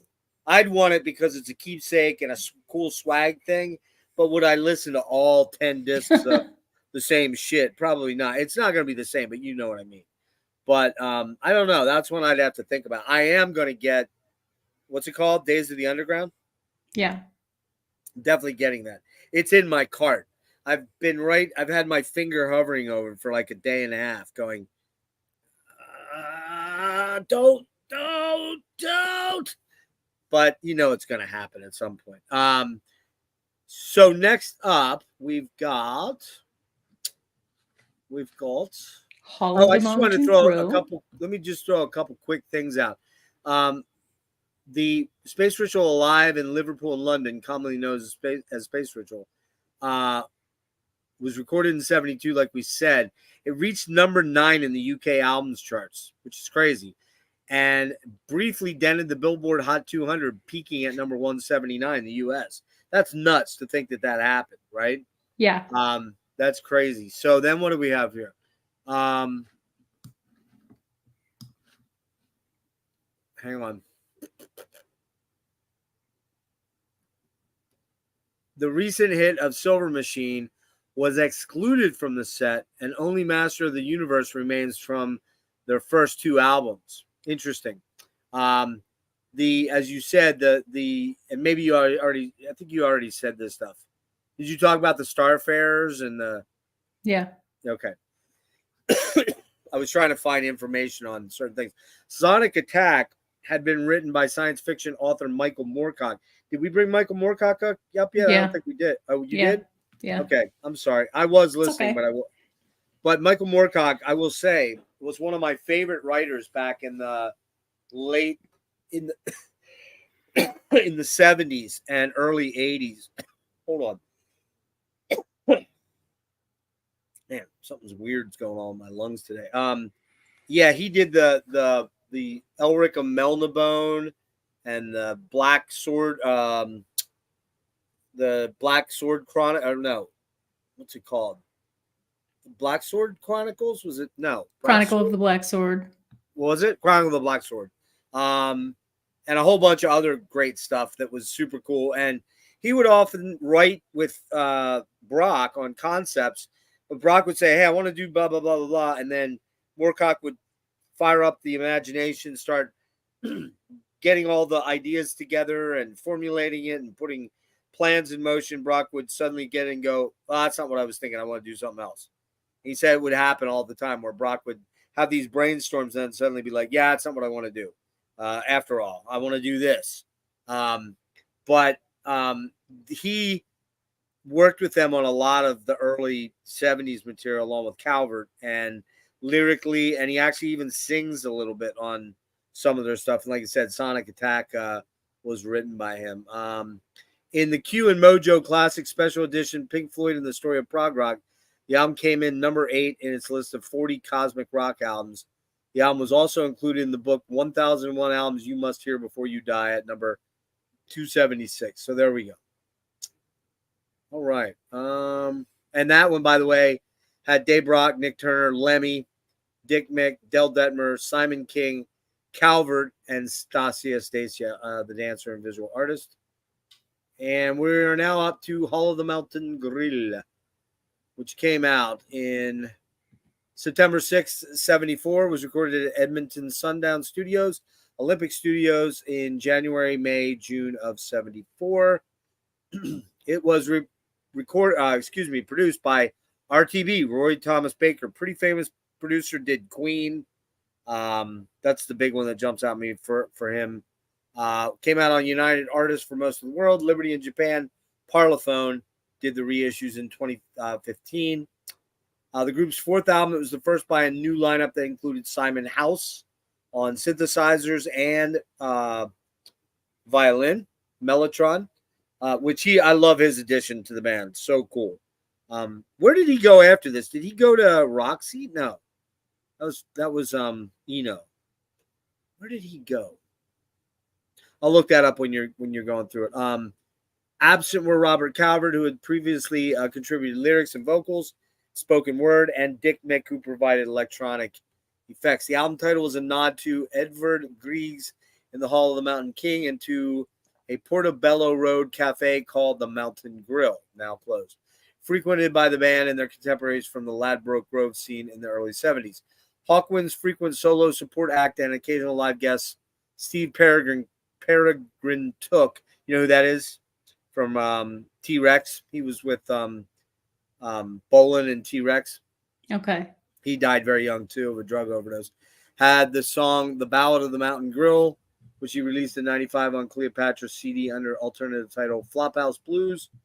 At one point, underground newspaper International Time had its print works in the upstairs of that grill, that place, Portobello Road. The cover is of a derelict spaceship in the midst of an alien lagoon, was painted by the band's regular artist, collaborator Barney Bubbles. Rear cover was by David A. Hardy. The record featured hard rockers like the psychedelic Warrior Lords, Disappear in Smoke, Lost Johnny, subsequently recorded by bassist Lemmy, and his post-Hawkwind band Motherload. Motorhead. Holy shit. I've had one beer, but I am like sauced. I'm not going to lie. I haven't eaten anything in like freaking 14 or 15 hours. That's why I ran out there and grabbed a little bit of bologna. I'm like sauced. I'm like, and it's only like, now this is a 7% alcohol, but it's like, I won't need any more than this tonight, man. I'll, crap out here. What did I say? Motorhead, not Motherload. Also by co-writer Mick Farron with his band The Deviants.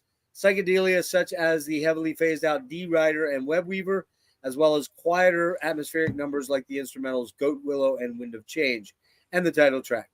Side 2 of the original vinyl LP was bookended by You'd Better Believe It and Paradox, live tracks recorded at the Edmonton Sundown in January 74 that recalled the space jams of the earlier releases. In the wake of Calvert's departure, lead vocals for the album were performed by Dave Brock along with Lemmy on Lost Johnny and Nick Turner on D-Rider. The band's lineup would continue to shift during the year. Del Detmer left prior to the release of Hall of the Mountain Grill to live in Canada, and Alan Powell joined as an additional drummer. Science fiction author and friend of the group, Michael Moorcock, stepped in to read poetry at their concerts live. Last notes here. Jonathan Smeaton, Liquid Len, has stated that Brock specifically wrote The Wind of Change for a particular slide sequence he had on the Space Ritual tour. A tree being engulfed by a city, then the city collapsing with the tree remaining. At the time of the album's release, Simon King stated the Do Re Mi album lacked production. I wasn't really happy with the Space Ritual either, but the new one I'm quite pleased with. I like side 1 because I think it's something we haven't done before. Yeah, I'm pleased with half the new album. Lemmy later commented that for me, this was when the band were at their height. Oh, and I was in the band at the time. Sounds like something Lemmy would say, right? Listing it as number 3 in my top British rock albums, classic rock album of April 2006. Last thing, Hall of the Mountain Grill reached number 16 on the UK album charts, number 110 in the US. That surprises me. Again, anything Hawkwind got on the US Billboard 200 or top 100 is pretty amazing. So, okay, jump into this one, my dear. All right. I didn't write a whole bunch about this one, but I will say it is a absolute must listen. Yeah. This is one of my favorite Hawkwind albums. Yeah, I would say it's kind of like if you were looking for a place to jump in, this one and the next one are the two that I would recommend as being your starting points, and then going backwards and going forwards a little bit, because they're the most palatable and kind of the best ones to me. Yeah, and you can tell like the production got a lot better on this album too. Yep. Instantly, as soon as you hear the beginning of the first track, you can easily tell like the production is like. I think production was better on In Search of Space than it was on Do Re Mi. That does have some production issues. It just sounds agreed. Kind of sounds flat. Like a lot of the drums sound like they're cardboard boxes. They don't have a lot of dynamics to them. Yeah, I know what you mean. Could have been the equipment they had at Rockfield. Maybe it was rudimentary or whatever. Who knows? Yeah, because that one was recorded there, so it was very primitive conditions at the time for sure. Um, let's see, track 2, you already talked about the slide sequence. That was Right. kind of a cool thing about it, a really cool instrumental. Track 3 is D Rider. I have 2 words for this one. Holy phaser. Yeah, it's awesome. Awesome. Love it. Love it. Love it. And then track 4 is Web Weaver. Track 5, You Better Believe It. That's one of the live tracks. That's a jammin' track.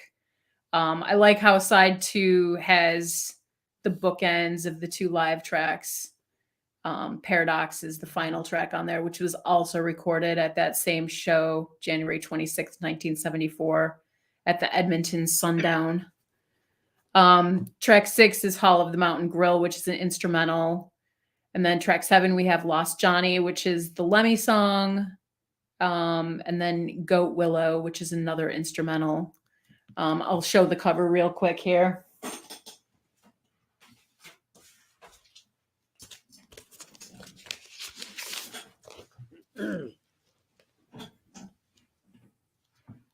Yeah, it's cool.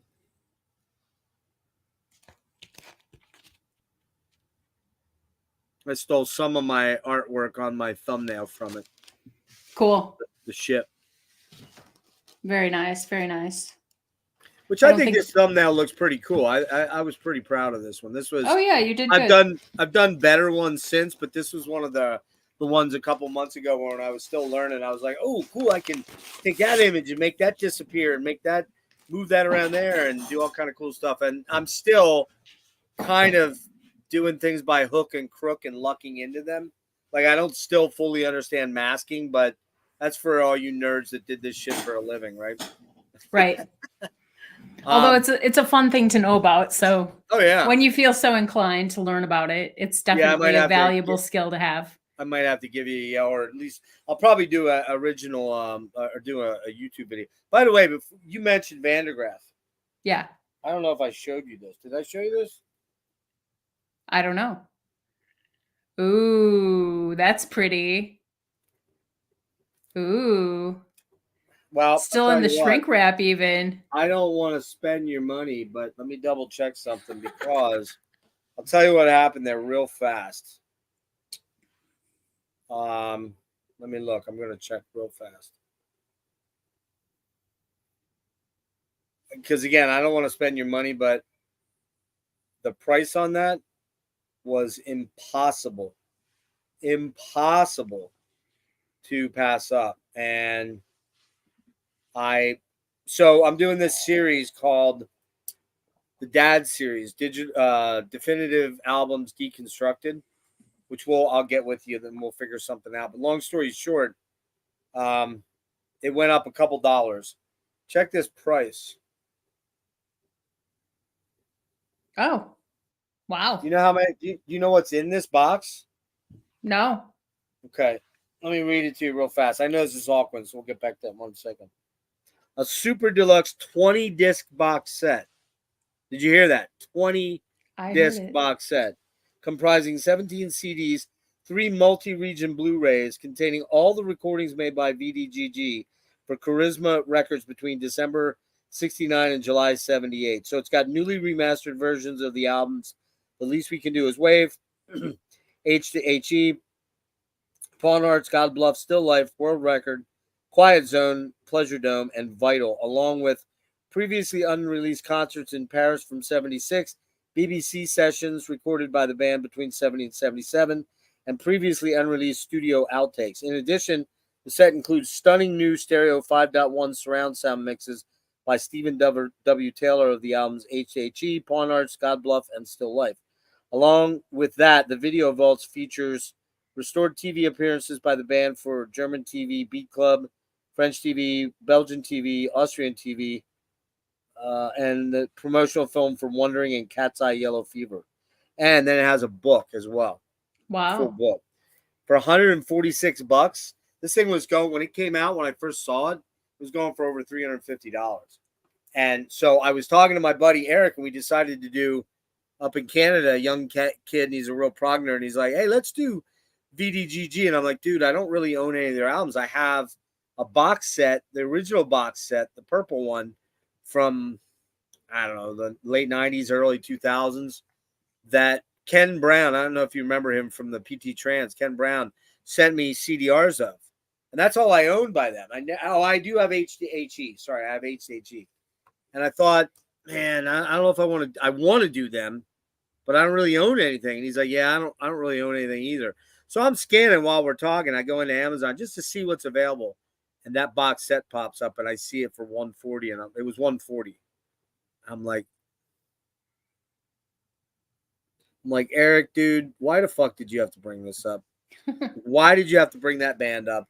Why did you have to say them? Because I had to go look, and now look what I just did. That's why the Hawkwind thing, I gotta sit tight. So I couldn't help it.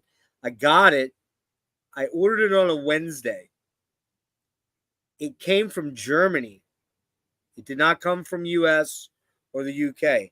I had that thing from DHL in 4 days. Wow. That blew my mind. So, anyways, VDGG. Let me get into Hall.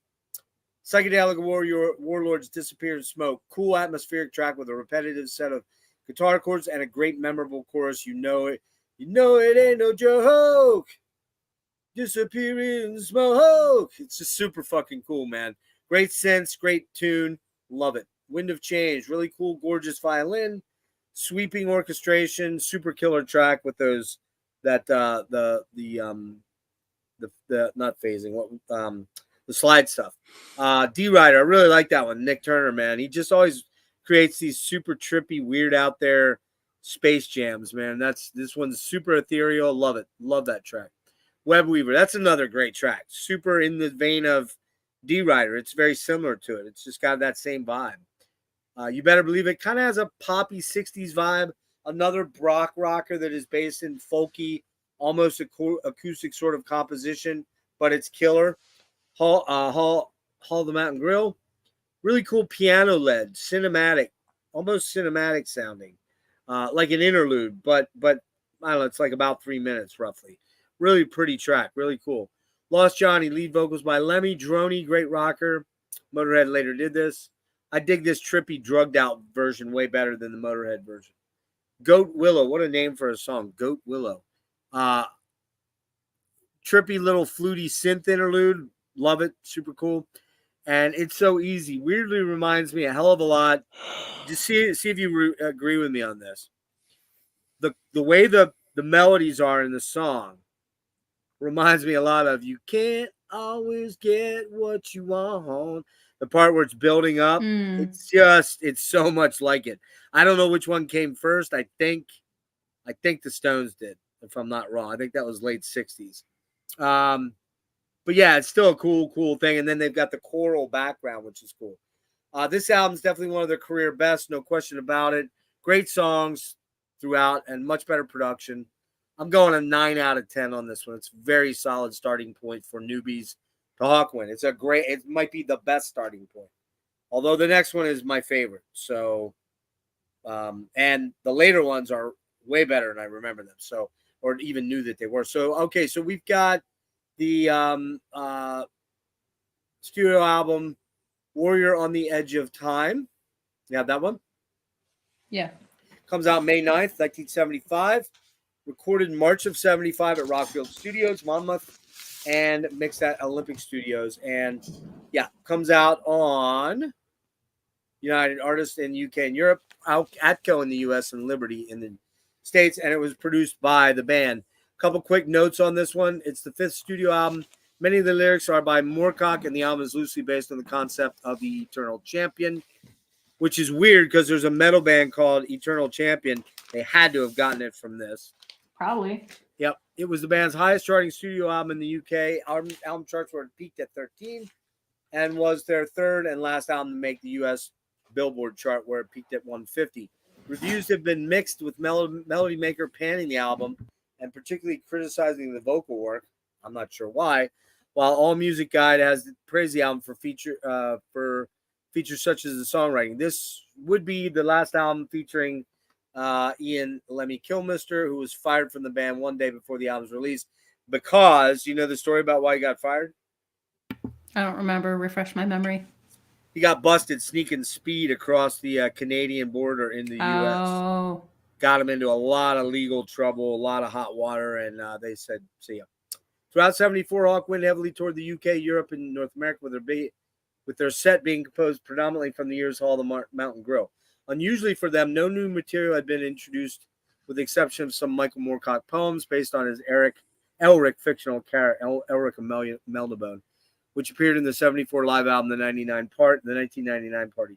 In December, though, through February, the group embarked upon a series of UK dates known as a Dead Singer Tour after the program, which with support from Dr. Feelgood, Wilco Johnson, us and Hawkwind were a great bill. We had just been, whatever, I don't know what that is.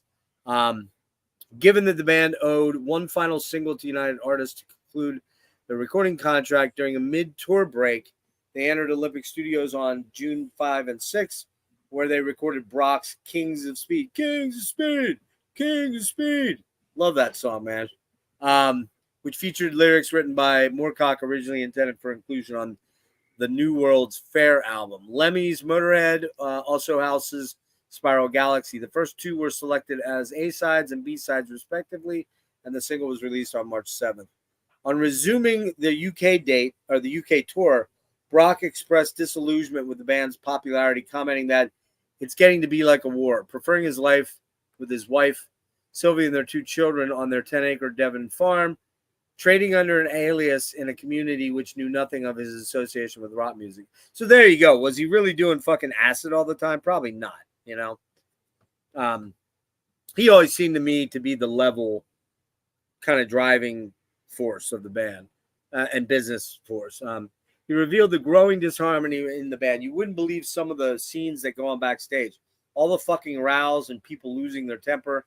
He was particularly critical of Turner on both a musical level.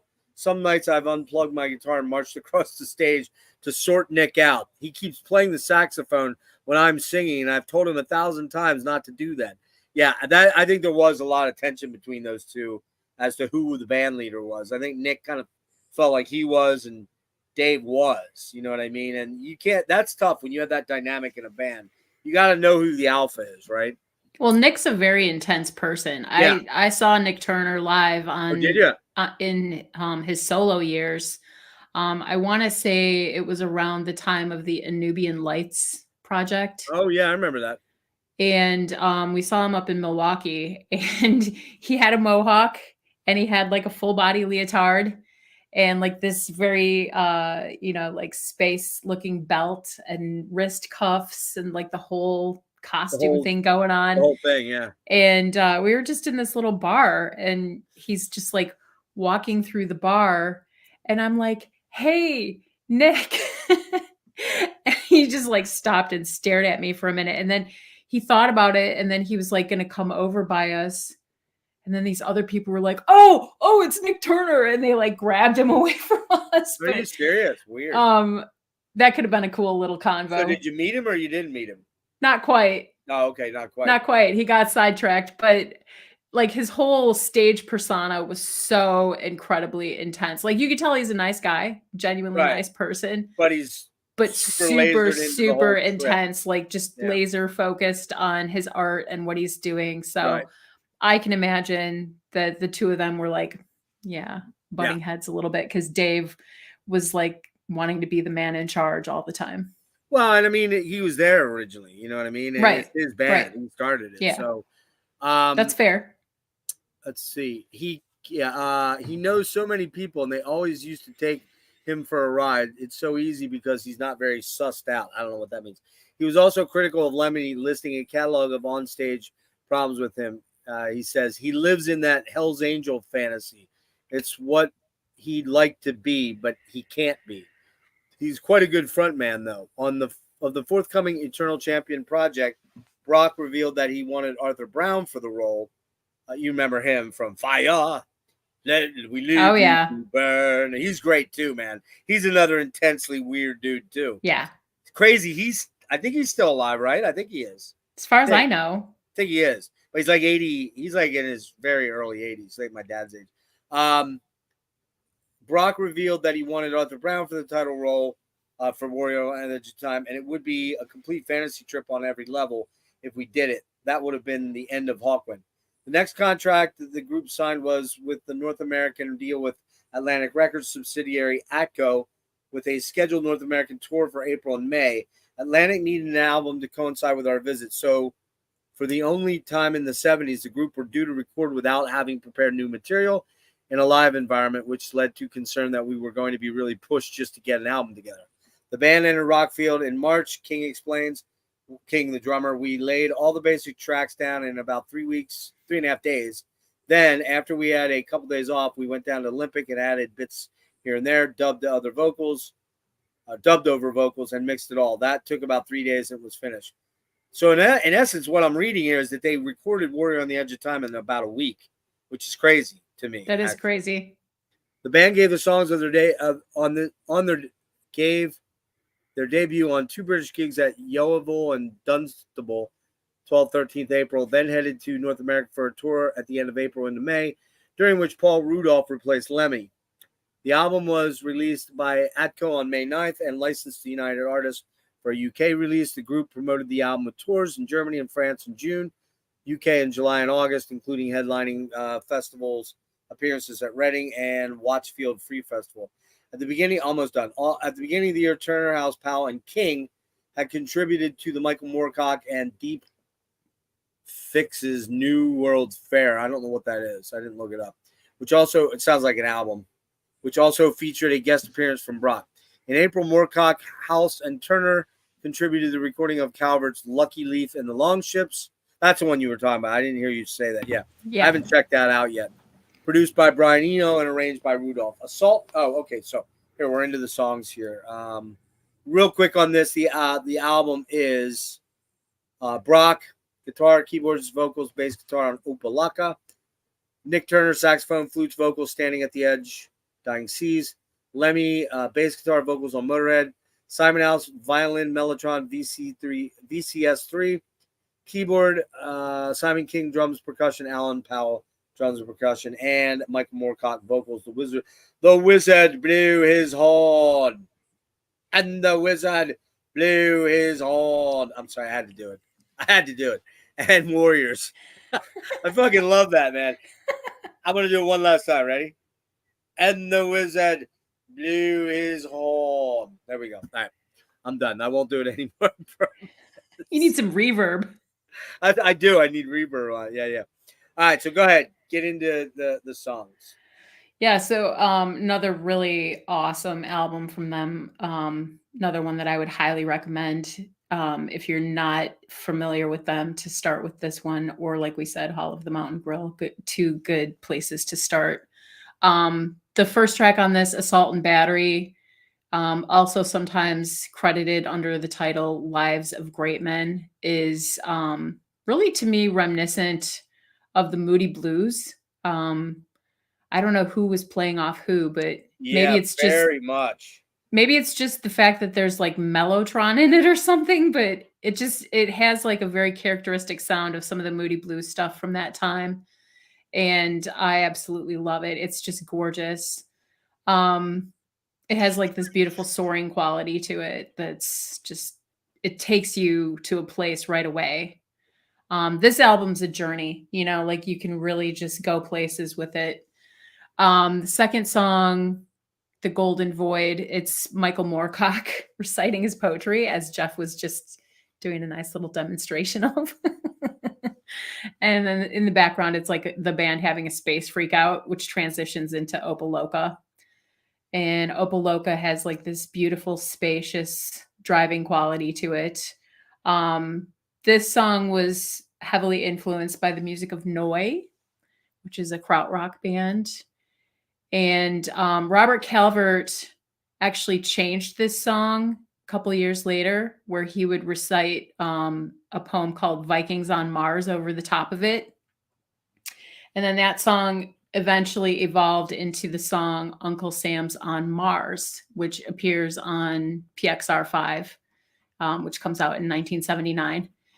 And the next track is The Demented Man, which is a beautiful acoustic guitar and vocals track by Dave Brock. Again, this one reminds me of the Moody Blues, a little bit of Justin Hayward vibe in there. Next up, we have Magnu. Really cool gated vocals on this one. And then it kind of has like a Middle Eastern vibe to it, but in Hawkwind's space rock style. The lyrics on this one are based on a poem by Percy Shelley called Hymn of Apollo. And it's about summoning a magical horse named Magu. I didn't know that. Yeah. Standing at the Edge is the next track, another spoken word piece with trippy vocals over trippy sounds. And then next up is the Simon House instrumental Spiral Galaxy 28948, which is a play on his birth date. Oh, I didn't know that. Okay. But there's actually a typo in it. So his birthday is actually the 29th of August, 1948. But if you read it as a date, it says 28th of September, 1948. So there's a little bit of a transposition that happened there in the little typo. Next up is Warriors, Michael Moorcock poetry with the intense vocal effects. It actually sounds like something out of Doctor Who. Yeah, really. Because he has like this very distorted vocal in the background. It's a little over the top, ever so slightly. Yeah, but it's great. I freaking love it. Next track is Dying Seas, which is synths and vocals dripping with psychedelia. And then last up, we have Kings of Speed, which is, it kind of brings it back to like more of a mainstream sound. It's more of a straight ahead driving blues rock song. Yeah, it's a blues rocker, like a 50s blues rocker almost, with Lemmy doing the, Kings of Speed, Kings of Speed. But there's a key change surprise at the bridge, which is interesting. It gives it like a really interesting sound. Right. Yep. Yeah, this is my favorite album by them, and I have the three the Blu-ray 2 CD. I think it's 2 CDs and a Blu-ray, I think it is, or a Blu-ray or a DVD, whatever. It's the one that Wilson did we were saying, I asked that question here. I know I said, did Steve do any of these? And I'm like, oh, of course he did. This was the first one he did, I believe. And I grabbed the box. It's like a mini box, you know what I mean? But actually, since then, they've come out with the box set, which is like the album and the whole shebang. I think it's like $138. I'm not that interested in grabbing it. But so Assault and Battery, man, I love that song. You nailed it with the Moody Blues. That is perfect. It's so Moody Blues. It's kind of like the section of Tuesday Afternoon, where it's like Tuesday afternoon, do do do do do do, and it's doing that assault and battery on the human condition. Or what's he say? The human anatomy. Oh, so yeah, it's so cool, man. I love that song. And then it goes into the Golden Void, which is killer, man. The sax wailing. It's just this big, epic, swelling sort of thing. Was long ago. Blah, blah, blah. I don't remember the words or know the words, but. It's so fucking cool. Those 2 tracks, bangers right out of the gate. And the wizard blew his horn. Okay, I did it one last time. I can't read those words and not do it, I did a little bit. I didn't do it properly. And the wizard blew his horn. Nick Turner weirdness, but super cool. Opalaka, repetitive drumming and flutiness and wah wah chicka chicka chicka chicka chicka wah wah. Sort of boring and repetitive, but I like it. I love it. The Demented Man. I love this track, man. Really cool, dark, folky. Almost sounds like a dark Donovan track. Donovan, like, you know what I mean? I could see it. Almost like, he did what? I was just going to do Windy. What was the one he did? Well, he did Sunshine Superman. Hurdy-Gurdy Man. Hurdy-Gurdy. I'm thinking this is kind of like a Hurdy-Gurdy Man song almost, right? Kind of love it. Really cool. Magnu. Super cool. Spacey jamming. Lots of Simon House violin. Phased out, fuzzed out, sight guitar, and mantra vocals by Brock. Super freaking cool. How's that one go real quick? Magnu horse with golden... but how's the melody line? Magnu horse with the golden mane. Da, da, da, da, da, da, da. That's the one. Yeah. Okay. Well, then actually that's Magnu. I was thinking that was the Golden Void. What's the Golden Void then? The golden void, it speaks to me, It is that golden denying void. my Okay, kind of reality. similar. They're kind of similar. Little bit. Little bit of similarity there. Yeah. Well, Hawkwind actually plagiarizes itself more than any other band I've ever known. Oh, for sure. Yeah. It's like, hey, man, Dave, you did that chord progression like 8,700 times before. Yeah, but whatever, man. We still sell albums. I could just see that, right? I All only right, know 4 chords. Yeah, there's only 8 chords. Come on. Magnus, super fucking cool. Spiral Galaxy, cool, trippy, synthy gnarliness. Love it. Warriors is a little over the top. It gets a little like in your face, but it's cool. But that's Moorcock going crazy. Dying Sea Spacey interlude track, really cool. Kings of Speed. Yeah, and then it's my favorite album. It's a 9. It's a 9.5 out of 10. I love it.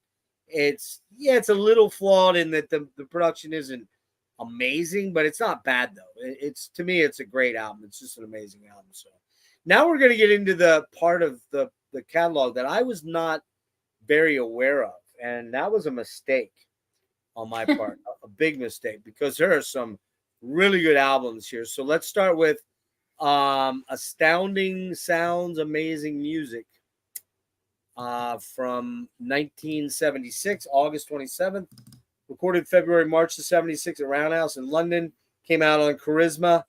Hawkwind, also Mark Dearnley did this. So this one here is the 6th studio album. Came out in 76.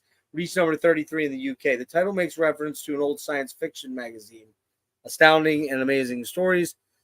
The concept being that each piece of music in its title would be interpreted as an individual science fiction story. The record cover is a parody of the cover art of those magazines, while the inner sleeve carried small ads with each band member having their own product, i.e. Dr. Brock's cure for piles. Piles. You know what piles are, right? No. Fucking hemorrhoids. Nice. Paul Rudolph's manly strap-on. Simon King's pleasure primer. There we go. We know what these guys were thinking about. Cover was double-sided. One side illustrated by Calvert's childhood friend Tony Hyde, the other by Barney Bubbles, signed as Grover Lane, with initial print runs having either as the front cover. Bubbles' original design was to have been Steppenwolf looming over the city. There you go. Now this one's CD you have, huh? Yeah, I don't have the vinyl of this one. Oh, there's the other cover. Okay, I hadn't actually seen that. Yep. And Steppenwolf would be looming over the city. This album marked the start of a new era for Hawkwind, having left the management group of Douglas Smith for Tony Howard and changed record companies from United Artists to Charisma. Musically, the dirty, heavy metal lead bass guitar playing of Lemmy was replaced by the cleaner, formerly trained bassist playing of Paul Rudolph. All members of the band are now contributing to the writing and arrangement of the music, leading to more width in style. And the recording and production is better defined than previous albums. The greatest change, though, is the return of Robert Calvert, this time as a permanent vocalist rather than the peripheral poet role he occupied as Space Ritual. Not only did he bring crafted lyrics to the band, his lyrics are fantastic, I have to say. They're so good. And I don't listen to lyrics much, but they're so good. But he was intent on turning live shows into a piece of music or theater rather than specific characters for him to act out.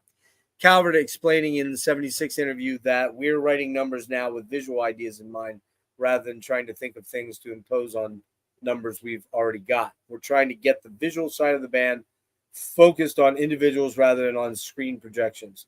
Nick, Dave, and myself are in some parts of the show playing the parts of actors. All in all, it works up to quite a nice piece of theater, spontaneous theater, that is. So kind of glomming onto the Peter Gabriel thing with what he was doing had done in Genesis. So again, on this album, we've got Robert Calvert on vocals, Dave Brock electric guitars, keyboards, backing vocals, Nick Turner saxophone, flute, vocals on Cadou Flyer, Paul Rudolph bass guitar, electric guitar, Simon House violin, keyboard, mellotron, sitar on Cadou Flyer, and Simon King, Alan Powell on drums. So dig in. Yeah, I didn't write a whole lot about this one either. This album is probably my least favorite Hawkwind album. Really, I like this. Yeah, it doesn't do much Most for me. most of it. I don't want to say I liked all of it, but I like most of it. Yeah, so Reefer Madness, the first track on it, it gives me a good laugh. I think it's hilarious. I think the lyrics are funny as hell. Um, so yeah, it's like comedy rock to me. Kinda, it is, yeah. And then next track is Steppenwolf, which I do like that song. That's probably my favorite track on this album. It has a really beautiful violin part. And then I like Cadu Flyer. I like how Simon House is playing sitar on it, which is kind of a new thing for him. I don't think he plays sitar on any other tracks on their albums. Usually he's on violin or keyboards. Other than that, I don't really have too much to say about it. Okay. Like I said, it's like one that I skip over. All right. And this one's not in the box set, right? In the new Tales box set. Days of the Underground, no. Yeah, okay. I think it starts with the album after this. So Reefer Madness, there's more of a rock vibe to all these songs. That's the one thing. They're more of a rock and roll band now as opposed to a space rock band. The song, there's less spaciness. They're more focused on the songwriting and the lyrical stuff. Calvert was a pretty brilliantly weird lyricist. Great tune. I like that one. It's funny. Steppenwolf is a song about a wolf man, and it's a play on the Steppenwolf band name. Great tune that could have been half the length. It didn't need to be 9 minutes long. Decidedly weird Santana Latin vibe in this song almost. But it goes into the Simon House solo, it's a bit cooler, more atmospheric, and pretty cool. City of Lagoons, some weird titles of some of their songs, man. Yeah. City of Lagoons, kind of a Steely Dan song. It literally sounds like Steely Dan if you kind of disengage and go, who's this sound like? It sounds like Steely Dan, I'm just telling you. Well, the drummer wrote it, so. Yeah, I like it, though. It's kind of a jazzy rock piece and maybe space jazz, I'll call it. Let's put it that way. I like that one a lot. The next one, the aubergine that ate Rangoon. I no fucking clue what that means. I didn't look at. I don't know what an aubergine is. I think it's a fruit, maybe. I'm not sure. Maybe it's a. I'll look it up then. I think it might be an animal. A quirky, funny instrumental, lots of sax, reminds me a bit of King Crimson. Curb Crawler, pretty entertaining single that honestly is quirky and weirdly earwormish. Kind of dug it a good bit. Cadu Flyer, swirling, trippy pop song. Sounds like the Moody Blues. This one does. Kind of on the budget version. Chronoglide Skyway. Love that song. Simon House, killer instrumental. He wrote great instrumentals. Bonus tracks. Bonus tracks. This is funny. Honky Dorky. I'm wondering if they're doing a little bit of a piss take on Hunky Dory. I think they are. I'm just saying. I think they are. Because the further we get into the Calvert albums, he desperately wanted to be David Bowie. There's no doubt about it. He loved David Bowie because there's a lot of David Bowie coming up in this stuff. Back on the Streets, kind of a boogie rocker with spacey overtones. Sounds a little bit like Suffragette City, actually. Kind of almost poppy. Has a little bit of a Raspberries sound. You know the Raspberries? Go All the Way. No. You know that song. Please, baby, go all the way. I don't think I do. Yeah, you know that one. You got to know that. It was huge. You don't know it? I don't think so. You know that song. I know you All do. right. Eric Carmen. We're going to listen to a little bit at the very end of this because I know you know that song. Okay. Let's see what else. Dream of Isis. Weird, drony, bassy, throbby synth freak out. Pretty weird and okay. The flutes also have that delayed weirdness and a lot of strange grunts from Robert Calvert. This is quite a different sound with Calvert as the lead vocalist, more song and vocal oriented i.e. in a verse chorus sort of way. Quirky lyrics and silliness, but cool theatrically. Production's a little flat on the drums, which sound flat to me, but I'm going to give it an 8 out of 10. I kind of like that album. I really did. Wow. It's one that I would pick up to, start completing my collection. All right, we're down to 1, 2, 3 left, right? No, 4. Okay, 4, so because you wanted to do Levitation. that's right. Wanted to do Levitation, and we talked about so we were actually doing 11 albums. Okay, so we're moving on to what's it called? Quark, Strangeness, Quark, and Strangeness. Charm. Yeah, Quark, Cool, Strangeness, cool and cover to Charm. this one. I like the album cover, and this is the only Hypnosis album cover. Hypnosis being the guy Storm Thorgerson who did all the Pink Floyd and a lot of the crazy 70s albums, Alan Parsons, stuff like that. This comes out June 1777, recorded in February of 77, Rockfield Studios again. Charisma is the label in Europe and North America, Sire. And this was recorded by or produced by Hawkwind. This is the 7th studio, peaked at number 30 on the UK charts. There we go. I'll let you dig into it here while I talk about it quick. This is Hawkwind's 7th album, hence the Hawkwind Part 7 title on the new inner sleeve. It is the band's first album without co-founding member Nick Turner and drummer Alan Powell, who had departed. In addition, Adrian H. Shaw from Magic Muscle replaced Paul Rudolph during the recording sessions. The music on this album is more pop-oriented than on their previous offerings. Cover is Hawkwind's only design with Hypnosis. We talked about that. It was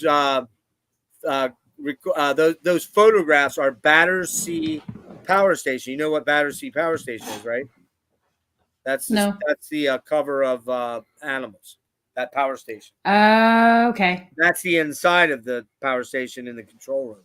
Gotcha. Okay. The group entered Rockfield to record this album in January, February of 77, self-producing with the help of engineer Dave Charles. However, Paul Rudolph left during the recording sessions, having been given an ultimatum to apologize for something or leaving. I chose the latter, he said, not fully understanding the situation. Guitarist Brock expanded on his leaving with the explanation of, you get an idea and you like things to be a sort of a unit. And we were in the studio and he was in a chair playing his bass and we were doing a high energy number. So he fired him for sitting in a chair. Sounds like he wasn't getting into it. I don't know. Singer Robert Calvert added that Rudolph was always carping about not doing numbers influenced by science fiction and it affects you. The 2009 2-CD reissue of the album includes early versions of a track with Rudolph's contribution. It's actually one of the better tracks on the album. So this one has Dave Brock on guitar, vocal synthesizer, sound effects, Calvert on vocal, spoken word, percussion, Simon House on keyboards, violin, and anvil. Okay, vocals. It just says anvil, so I don't know. Maybe playing an anvil. Yeah. And Adrian Shaw on bass guitar, vocals, and Simon King on drums. So go ahead, jump into this one. And you missed that there's a new remix and surround mix of this album by Steven Wilson. Yeah, well, we were going to talk about it with the when you show the box set. Yeah. Okay. All right. So track 1 on this one is Spirit of the Age, which I absolutely love that song. God. That's another one that my band did. Such a classic. The Spirit lyrics are just the completely over the top. It's Spirit like such a freaky story, but it's cool. Well, I don't know the story about it. What's the story? So he's been frozen. He's been like cryogenically frozen, and then he wakes up like centuries later or whatever, and like his girlfriend's long dead. So he's talking about like, oh wow, your father refused to sign the forms to freeze you. Wow, I didn't know that was the story. Yeah, and then that's Calvert. That's Calvert for you. Oh yeah, being totally weird. Yeah. Yeah, and then track 2, Damnation Alley, which is another total classic. Like the lyrics are phenomenal, and I love the story of that one too. I like that track a lot. It's very Roxy Music-ish. Oh, okay. But it's 9 minutes. It doesn't need to be 9 minutes. It could have been 5. That's my only issue. Well, he's got to deliver the serum. Yeah, they like to beat a dead dog sometimes. You know what I mean? There's times where you're like, all right, this is going on forever. Yeah. And then track 3 is Fable of a Failed Race, another Robert Calvert song. Next side of the album has Quark's Strangeness and Charm, which is the title track, another Calvert track, it's a classic for sure. Very catchy. Next we have Hassan Isaba, which is about assassins, hash, and petroleum. Next up is The Forge of the Vulcan, Days of the Underground, and The Iron Dream. I didn't really write anything about those. Okay. I lost my notes. Where'd they go? Oh, there they are. Okay. Yeah, I like this album a lot. A lot. This is definitely ranking high up there. This might come in third in my favorites behind Hall and I knew some of these tracks already. I had heard them on live things like, for example, Spirit of the Age. Spirit of the Age. It's just a great track. Super cool. It's samey and it's droney, but it's done super well. I just love it. Again, I said Damnation Alley sounds like it could have been off the first Roxy Music album. Big time. Like big time. But I like it a lot. It's just the lyrics are really fun on it too. I mean, I don't know what they're about, but they're super trippy. Fable of a Failed Race, wistful, shimmering ballad, pretty psyche, really cool. Reminds me of 10cc. Kind of reminds me of I'm Not in Love, so don't forget it. It just has that shimmering vibe, when they do the multi-vocal parts stuff. It's just cool as hell. Quark sounds like a Bowie and Roxy Music love child, and I dig it because they're two of my favorite bands. Hassan, she, blah, blah, blah, blah. It's just, I don't know what the hell he's saying, but he's doing like these weird as fuck, like, I don't even know if they're really words, but they're just Hassan, blah, blah. And you're just like, oh, this is great, man.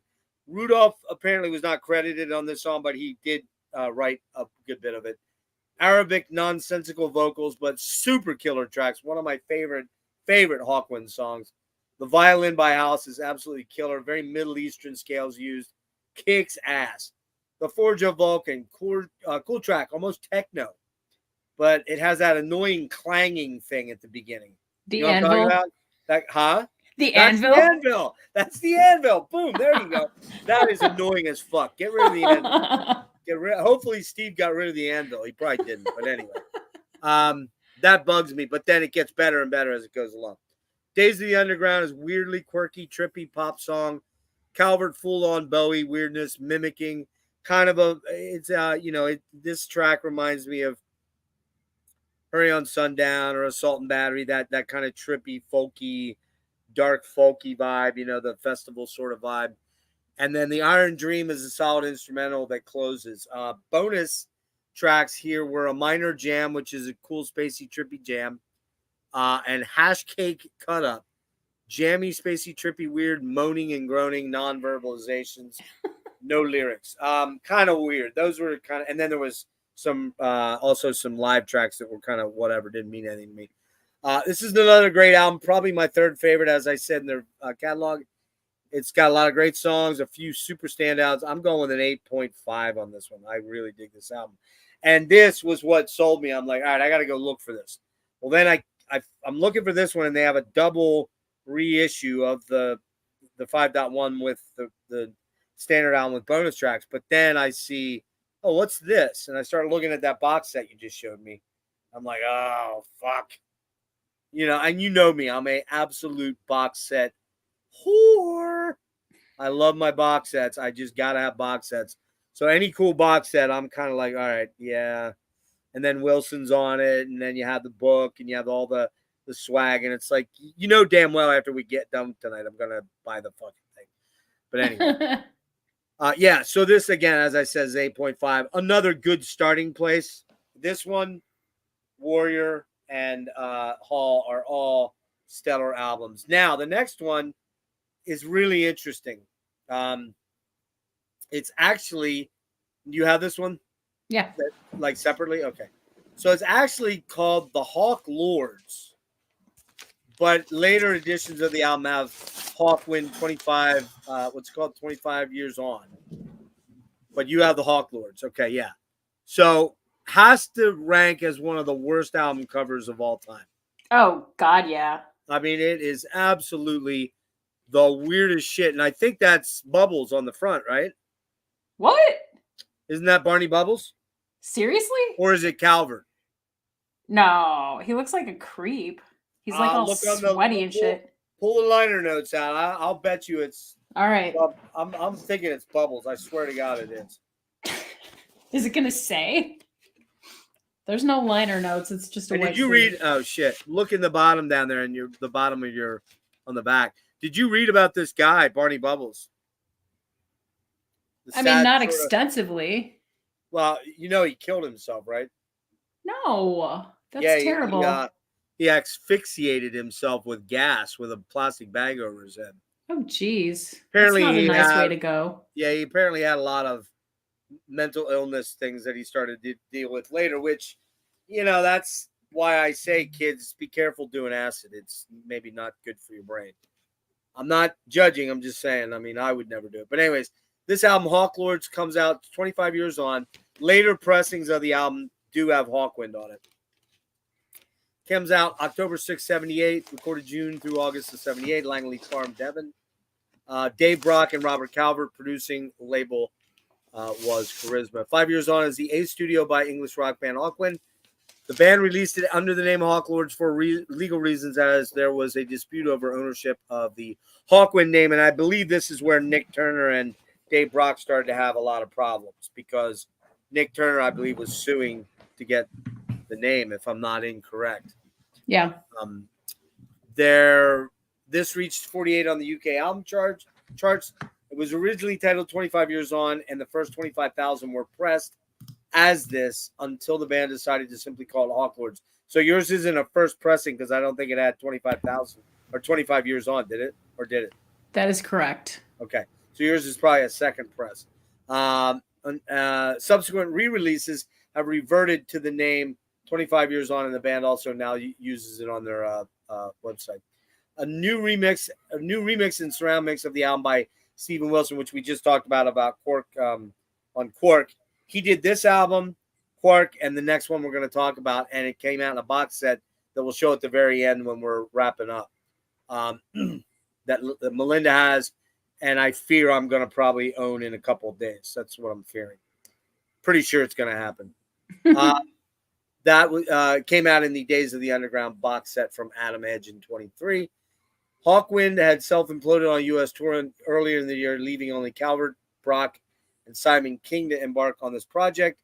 They were joined by Harvey Bainbridge, who had played bass in a Devon group called Ark, who in turn had performed with Calvert and Brock as Sonic Assassins, and by keyboardist Steve Swindles,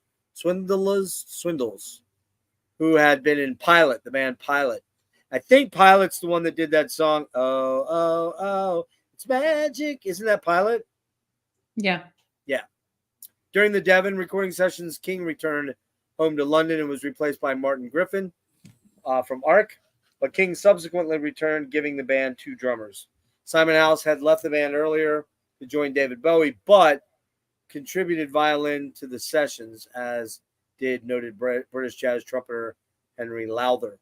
Road manager Les McClure also sneaks a performance in.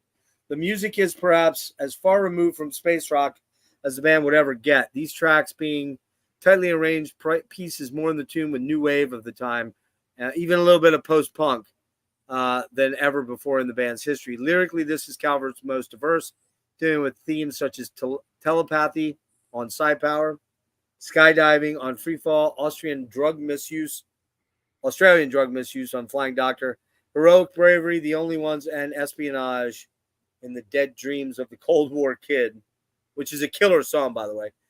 There is a lighthearted playfulness in these tracks. Only the lyrics of The Age of the Microman hinted at the bleak, cold, futuristic factory worker concept that Calvert and Barney Bubbles put together for the stage show of the album. The program was reproduced in the CD booklet for the Adam Edge re-release. And again, we've got Robert Calvert on lead vocals, acoustic guitar, Brock on acoustic and electric guitar, keyboards, backing vocals, Harvey Bainbridge, bass guitar, backing vocals, synthesizers, Steve Swindle's keyboards, and Simon King drums on 4, 7, and 8. Congas on track 9, and Martin Griffin drums on tracks 1, 2, 5, 6. Simon House does violin on tracks 6, 7, 8. Henry Lowther trumpet on track 1, and Les McClure whispering voice on track 4. So let's get into this one. I didn't write a whole lot about this one either. Actually, for a long time, I was really turned off by the album cover. It's a weird cover, no doubt. So I didn't like listening to it. I didn't like gravitate to listen to it because I was just like, that's a freaky cover. I don't like it. But there's a lot of good classics on this album too. Like Psy Power is a total classic. Robert Calvert killer. song. Flying Doctor, hilarious. Like his lyrics were so funny. Yeah. That's almost a metal track for them. You think? Yeah, I think so. It's like a proto metal track. It's pretty. But it's heavy. got the boing boing boing, like the. It's jaw got the harp the Jew's harp, the mouth harp. Boing, boing, Yeah. boing, boing. I gotta say, Yeah. I fucking hate that song. It's the one song.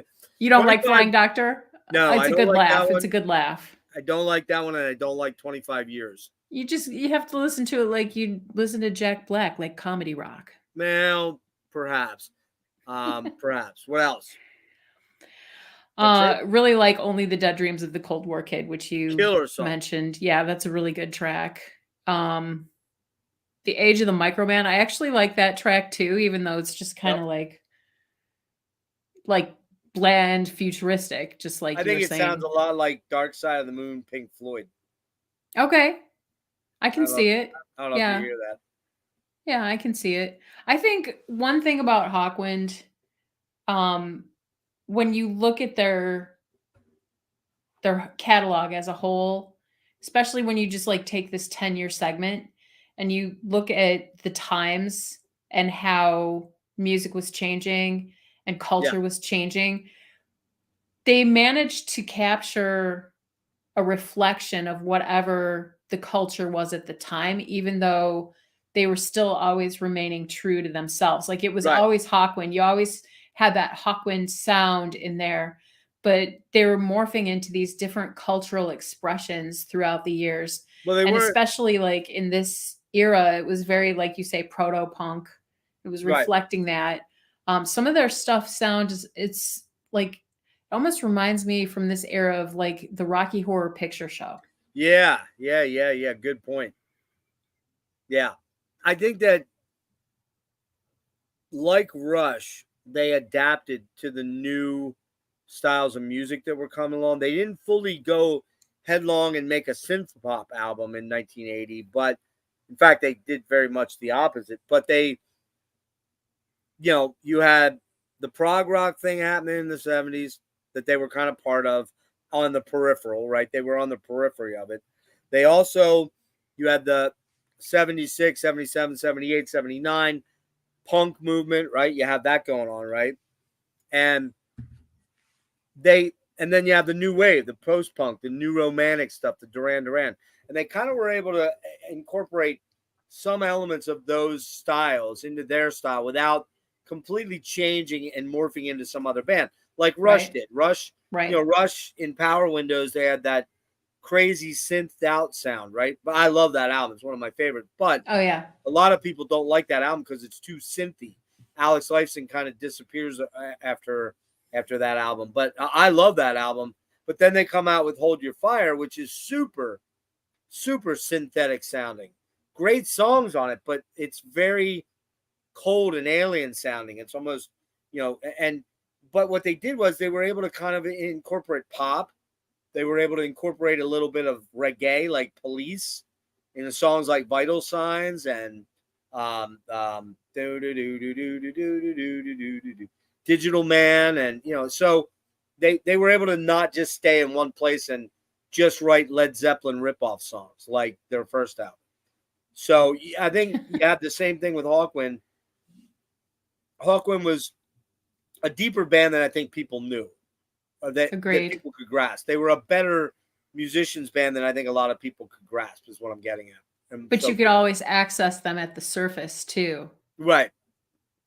But like you said, they still maintain a pretty good focal point with where they came from too. Yeah. Side Power, man, almost new wave power pop, dressed in a little bit of spaciness. I have fucking killer track. Love that song, man. Free Fall, I love this song. Spaced out, trippy, Calvert weirdness, great song. It's kind of dreamy and weird ass lyrics about falling through the clouds in the air, and the synths are really airy, and you've got some buried heavy rock guitars in there. I love that track. Automaton, cool bassy synthy interlude, cool song. 25 years. I don't like the song overall, but what I hear is it's a total Bowie Roxy pastiche. It's, what did Bowie write? What was his big song with 5 in it? 5 years. Da da da da da da. 5 years. Da da da da da da. That's basically what this song is. It's the same thing. They just put 25 years in there. I don't love it. I don't hate it. It's just kind of okay. Flying Doctor, almost a heavy rock song. Dare I say metal for the time? Question mark. It's okay. Not crazy about these last 2 tracks. This song is way too long, and the Jews harp is enough to drive. And that's what they are called, Jews harps. I'm not saying that to be inflammatory. Mouth harp. It's enough to drive me insane. I can handle a little bit of buying, buying. But when it's buying, and it goes on and on and on, it's like, shut the fuck up. Comedy rock. One. What's that? Comedy rock. Yeah, no thanks. I like my comedy. I like my rock without comedy most of the time. Only Ones, really cool track. Dig that one a lot. It's very mystical sounding, mostly acoustic, lots of haunting keys and theremin. Also great chorus and backing vocals. That's a really cool song, Only Ones. And Only the Dead Dreams of the Cold War Kid. That's another cool acoustic and synthy, dreamy track. Prominent bass lines, too. Very solid track. Finally, The Age of the Microman sounds like Pink Floyd to me. Pretty solid closer. Another shockingly good Hawkwind, Hawk Lords album, which is essentially Brock and, more or less we're talking Brock and Calvert at this point. So much so that I've got to order that box set. See, I keep giving myself a lot of positive reinforcement. Yeah, so that one is an 8.75 out of me. I love that album. I love it. Nice. There's only one major kind of track, the Flying Doctor, and the other one is okay. I can live with it. So PXR5 comes out June 15th, 1979. We're getting there, Mel. I know you're flagging. I can tell. We'll get you wrapped up soon. This was recorded at Leicester, De Montfort, Hammersmith Odeon, Rockfield, Wheat Park Farm, bunch of different places. Came out on. Yeah, this is another cool cover one, man. Another cool cover. Comes out on Charisma. Was produced by Calvert Brock, Calvert House, Hawkwind, and Dave Brock. Ninth studio by English space rock group Hawkwind. Reached number 59 in the UK charts. The new remix and surround is in that box that we're going to look at then. All music referred to PXR as the last in the sequence of brittle, pop-inflected records, and the band's when the band launch was the sounding sounds amazing music, saying that Hawkwind both understood and allowed themselves to absorb the energies of new wave on PXR5. The album was recorded and mixed at Rockfield Studios in January. Uncle Sam's on Mars, Robot, and High Rise were originally recorded on the preceding UK tour, but were partly overdubbed in the studio, particularly Robert Calvert's double-track vocals. Infinity and Lifeform were originally to have been part of a solo album by Dave Brock that he was working on. After the album was recorded and mixed, the band split up during a U.S. tour. Sounds like that's just a common occurrence. In March, when Simon House left to join David Bowie's band, and Robert Calvert suffered a bout of clinical depression. With the band in temporary hiatus, no pending promotional tour, the album's release was shelved. The band reemerged in 78 as the Hawk Lords to record 25 Years On. 2 tracks were released as singles, Side Power and 25 Years, which featured Death Trap and PXR5, respectively on their B-sides. And the PXR album was eventually released June 1979, and the cryptic message on the cover, "This is the last but one." refers to the fact that it was recorded prior to 25 years on. The album's cover featured a British BS 1363 mains plug wired in a dangerous way. Shortly after the album's release, the illustration of the plug was covered by a sticker obscuring the image. I'm not sure why that was. There's a reason why. I think they felt that people would fuck around with electrical stuff and get electrocuted by looking at this cover. I think that was the story. I don't know, but Nick Turner actually did get electrocuted at a gig once. No shit. Yeah. That doesn't shock me. Yeah. So this has Calvert on vocals 1 through 3, 6, and 7. Brock on guitar except 5. Bass, whatever. I'm not going to read out all that. Bass, backing vocals and synth. Simon House, keyboards, vocals, and violin and synth. Adrian Shaw, bass guitar. And Simon King, drums. So roll out, girly. Well, the first track is Death Trap, which is kind of like a repetitive song. I'm not really vibing with that one. Same with Jack of Shadows. It's a punk track, that first one. Death Trap's a punk song. Yeah. I think that's why I don't really vibe with it. I don't vibe with the punkier side. Like, I'm not saying I don't like punk music, because there's certain punk music that I do like, but I don't like Hawkwind's punk music, I guess. Oh, really? Yeah, it's not my favorite. It's like a little bit jerky and abrupt or something. I don't know. I like the more spacious. It also sounds a little bit like early XTC, which is agreed. Yeah. One of my favorites on this album is track 3, which is Uncle Sam's on Mars. That song just cracks me up because it's Love that song. It's so derogatory towards America. Oh, for sure. In fact, there's an amazing performance of that song on the Stonehenge 1984 video, where Nick Turner is wiping his ass with the American flag and goes into this like Nick Turner freak out sequence where he's saying something like, they shove it in the front, they shit it out the back. Oh, wow. Nice. What year's that? 1984 Stonehenge performance. So Reagan, I think, right? Or is that Reagan or no? Bush years. Yeah. Yeah, I can see it. I understand it. I can only imagine what Nick Turner would do now with Trump and, the Trump insanity. Yeah. He'd have a heyday with that one, I'm sure. I would think, yeah. Him and Calvert both. Let's see. High Rise was another one that I liked on this album, which is on the second side of the album. I don't know. Nothing else really stood out to me on this album, I guess. Man, I like this album. Another one I really like. Not fully the whole way through, but most of it I like quite a bit. For me, Death Trap sounds like a Sex Pistols song without the vitriol, or maybe early Elvis Costello or new wave post-punk, and Crazy. Nothing like the space rock band. Kind of love it, actually. Jack of Shadows, another banger. No space rock here at all either.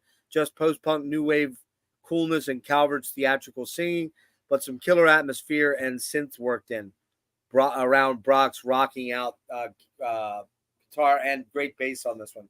Uncle Sam on Mars is a rousing throwback to the spacey trippiness rock, but more modernly done, and super killer. Love this track. Infinity, a spacey balladist track that's pretty good, actually. I like that track. Lifeform, synthy trippiness, pretty solid. Robot, the Space Jam on the album, reminiscent of the older stuff, except for Calvert's bizarre lyrics and vocal delivery. Super cool, but could have been 5 minutes, not 9. High Rise, good melodies and a chilled out spacey vibe. Great lyrics and vocals. So British and wacky. Could be a slight ripoff of 5 Years of Bowie again, but still a great tune for sure. Cool actually Brock guitar solo on that one. PXR5, it's okay. It's probably one of the least favorite songs for me. We Like to Be Frightened, quirky little bonus track. A little bit BOC mixed with Costello and some Roxy weirdness. Solid bonus track.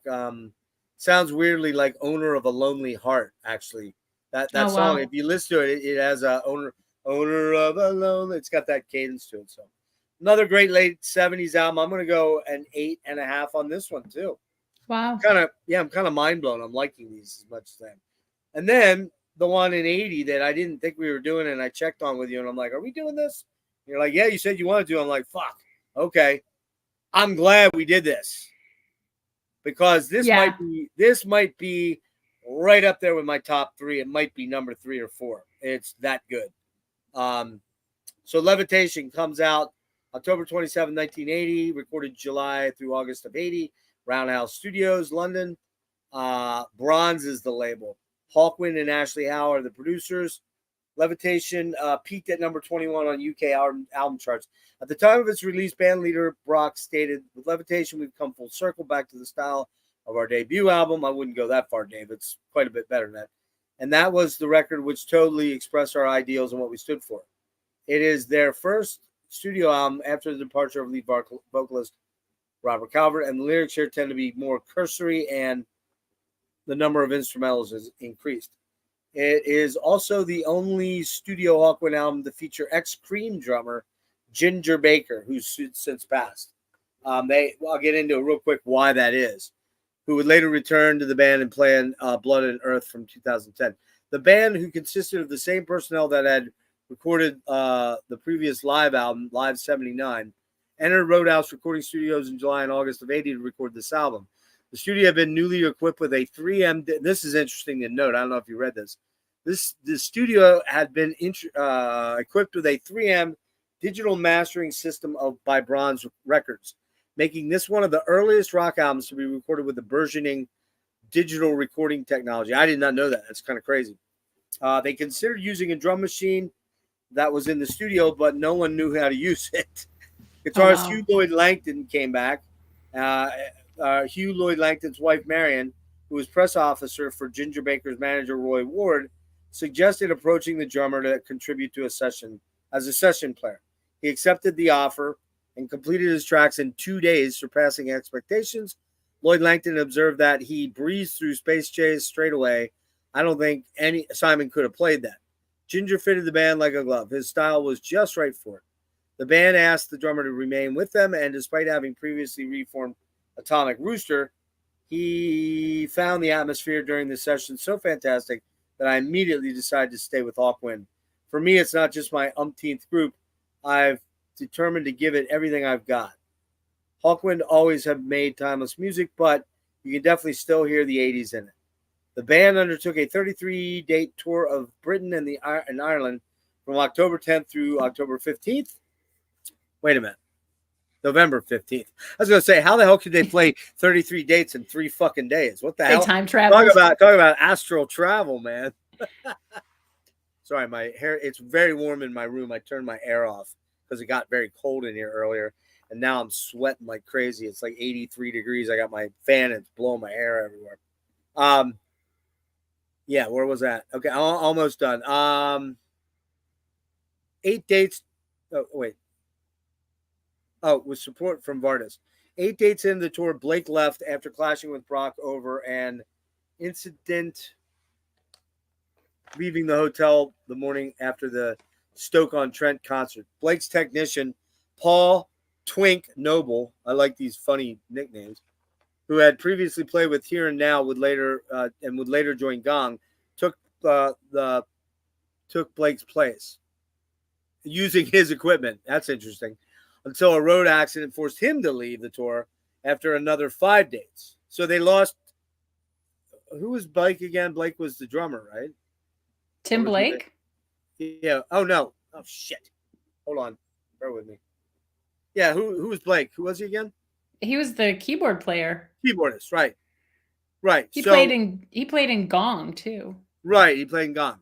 So he actually left because of an argument with Brock, but then his replacement gets knocked out, and he leaves Noble after an accident.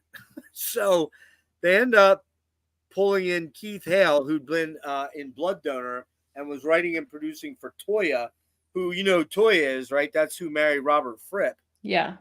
Toya Wilcox, I think her name is, and who do you ever watch any of those videos with her and Robert? Oh yeah, where she's like on the exercise equipment, like freaking out. She's very proud of her fake boobs. There's no question about that. And in almost 70 and having boobs that look like that, I can't say I blame her. I'd be proud of them too. Right. But anyway, yeah. So Keith Hale joined the band for the remainder of the tour. The dates included an unlikely appearance on November 6th at Worthy Farm, being muddy, freezing, and 5 miles from anywhere. So yeah, jump into this one. I'm glad we did this one because this is a really killer album. Yeah, for sure. So I have this one on CD, and it's got kind of a cool package to it, so I'll show that. Here's the cover. Is that the new reissue? This is the Adam Henge version. Okay. So this is newer. It's a double CD? It's actually a triple. Oh, right. Triple. Right. Yeah, so it's this nice box. And then inside the box, there are postcards. So cool logo there. Oh, that is cool. Yeah. And then we have the cover. And then an alternate version of the cover that looks like bombs are falling from the spaceship. Yeah, I hate to say it, but that's probably going to make its way into the cart tonight, too. Somehow I have a feeling that one's going to be part of the purchase tonight, whatever I do tonight or tomorrow or whatever I decide. And then can feel it coming. There's a nice booklet. Let me hold that the right way. I'm having that shopping therapy urge, Mel. You're not shopping therapy. And you're not helping anything at this point. I'm just letting you know. Sorry. Nice pictures in there. Some good graphics. Cool stuff. So yeah, that one is highly recommended. Musically, I feel like the proto-punk era was over with the departure of Robert Calvert. And I liked some of his stuff. I liked some of his contributions, but he grated on me too in certain ways. So that era is like not really my more favorite Hawkwind stuff for sure. On this album, I really liked Levitation, Motorway City, Who's Gonna Win the War, Space Chase, The Fifth Second of Forever. Most of the songs on it are really good, and it's going back to that more rockin' style, that driving rockin' style that this one has had in their early days. I'd almost say too, Mel, this one almost has a light heavy metalness to it. The guitar is heavier. Yeah. It's more distorted. There's a little bit more jamming, like a little less jamminess and a little bit more like crunch. There's some crunch to it. Yeah, and I think that has to do with Hugh. You know, Hugh coming back into the band was huge. For sure. And the work that he did with Hawkwind through the 80s, which I hope we get to do the next series of albums. We'll talk about that at the end here. I want to talk to you about whether that's worth investigating. Yeah. Oh, I think so, totally. Like there's certain 80s albums that blow me away, that like are even higher ranking for me personally than some of these albums are, even though these are like the total classics. Some of those 80s albums are really, really good. Like Choose Your Masks. That's probably my absolute favorite Hawkwind album. I've heard that one's really good. So that's probably. Oh shit! What happened? Okay, I just want to make sure it didn't damage it. The Vandergraaf box was sitting on the end of the bed and fell off. Luckily, I'm not high up. I'm only on a mattress on the floor. So I think that's probably the next phase we should talk about, is doing 80 to 90. I don't know how many albums they put out, but more than a few, I would think. Actually, let me look at that real quick. I'll pull that up while you are wrapping up. Yeah, I pretty much said everything I wanted to say about that one. Yeah, this one caught me again off guard. I really liked a lot of the Calvert stuff, and this was This was fantastic. Really killer album. This is a 9.5 for me. This jumped way up there. Levitation harkens back to the early days, early style, and this song is a beast. One of their best monotonous jams, but lots of great lead guitar and synth soloing. Killer wanky bits. This is a killer album or a killer song. Motorway City, cool, jammy, heavier space jams with some fun guitar. Rock on vocals. Yeah, mostly a jam song, but the guitar melodies and synth work are really killer. It's great driving music. Driving like the car. Oh, yeah. Psychosis, kind of a white noise mashup of sounds, synthy weirdness. I could do without that. It was kind of pointless. World of Tears, cool track, kind of whimsical and fairy tale-ish, almost maybe a little proto neo prog in there. I actually hear a little bit of Marillion, strangely, in the keyboard sounds. Oh, wow. Very cool guitar soloing in that one from Hugh. Prelude, super cool synths on that intro thing. Who's Gonna Win the War, man? That's a great song. Super cool. Typical Brock song, obvious chorus, but very proto metal on the guitars on that one. Space Chase fucking rules. Harder than Blue Steel. This song cooks balls. That's what I said. Killer. Love that song. 5th Second of Forever, another really cool track. And Dust of Time, I don't have any notes for. I must have either fallen asleep or forgotten to listen to it. I do that from time to time. Like I'll be listening to an album and I'll doze off and I'll be like, where the fuck am I? I don't remember what I'm doing. But suffice it to say, this album is killer. It includes Dave Brock on vocals, electric guitar, keyboards, Hugh Lloyd Langton on electric guitar, acoustic guitar, backing vocals, Harvey Bainbridge on bass guitar, keyboards, backing vocals, Tim Blake on keyboards, backing vocals, and Ginger Baker on drums. Kick ass, man. Just a kick ass album. You want to show the other stuff that you wanted to show off real quick while I look this up then? Show off that the box set. Yeah. Let me blow you up. Show that all of that, because I'm gonna want to see what I'm buying here in the next 2 hours. Well, I got to pick half of it up off the floor then, because I dumped it earlier. Remember? Yep. All right. So hang on. Let me get the pieces of it. All right. So let me see. We got.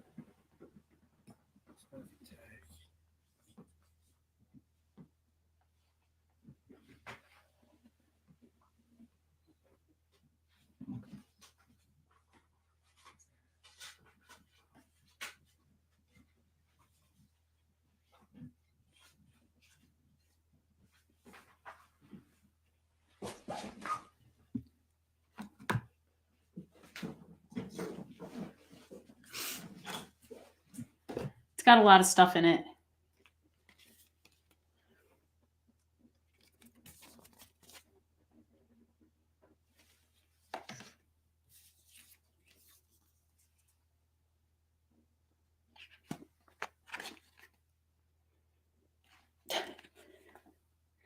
Let me hold that the right way. Oh. So it actually folds out into like a poster.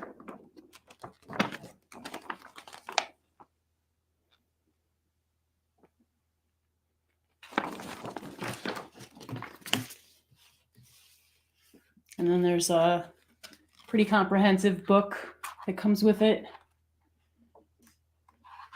Got a lot of cool info in there. Lyrics, background stories of things. Oh, nice. Look at that. Yeah. Cool graphics. It's got all the album art. Lots of good stuff. So, yep. I'm gonna nice book. Nice book with it. Lots of pages. Yeah. I'm gonna be pulling the trigger on that for sure tonight. Yeah, it won't disappoint you for sure. So, if I'm looking at this correctly, it looks like there's Sonic Attack, Church of Hawkwind, Choose Your Mask, Zones, The Chronicle of the Black Sword, Out and Intake, the Xenon Codex, and that's a good one. Space Bandits. That would be 1980 through 1990. I thought Space Bandits was 91. Am I wrong about that? 90. 90. Okay. Yeah, and then Electric Teepee, which is actually one of their better albums of the later ones, that starts in 92. After that, there's a lot of not very highly rated albums.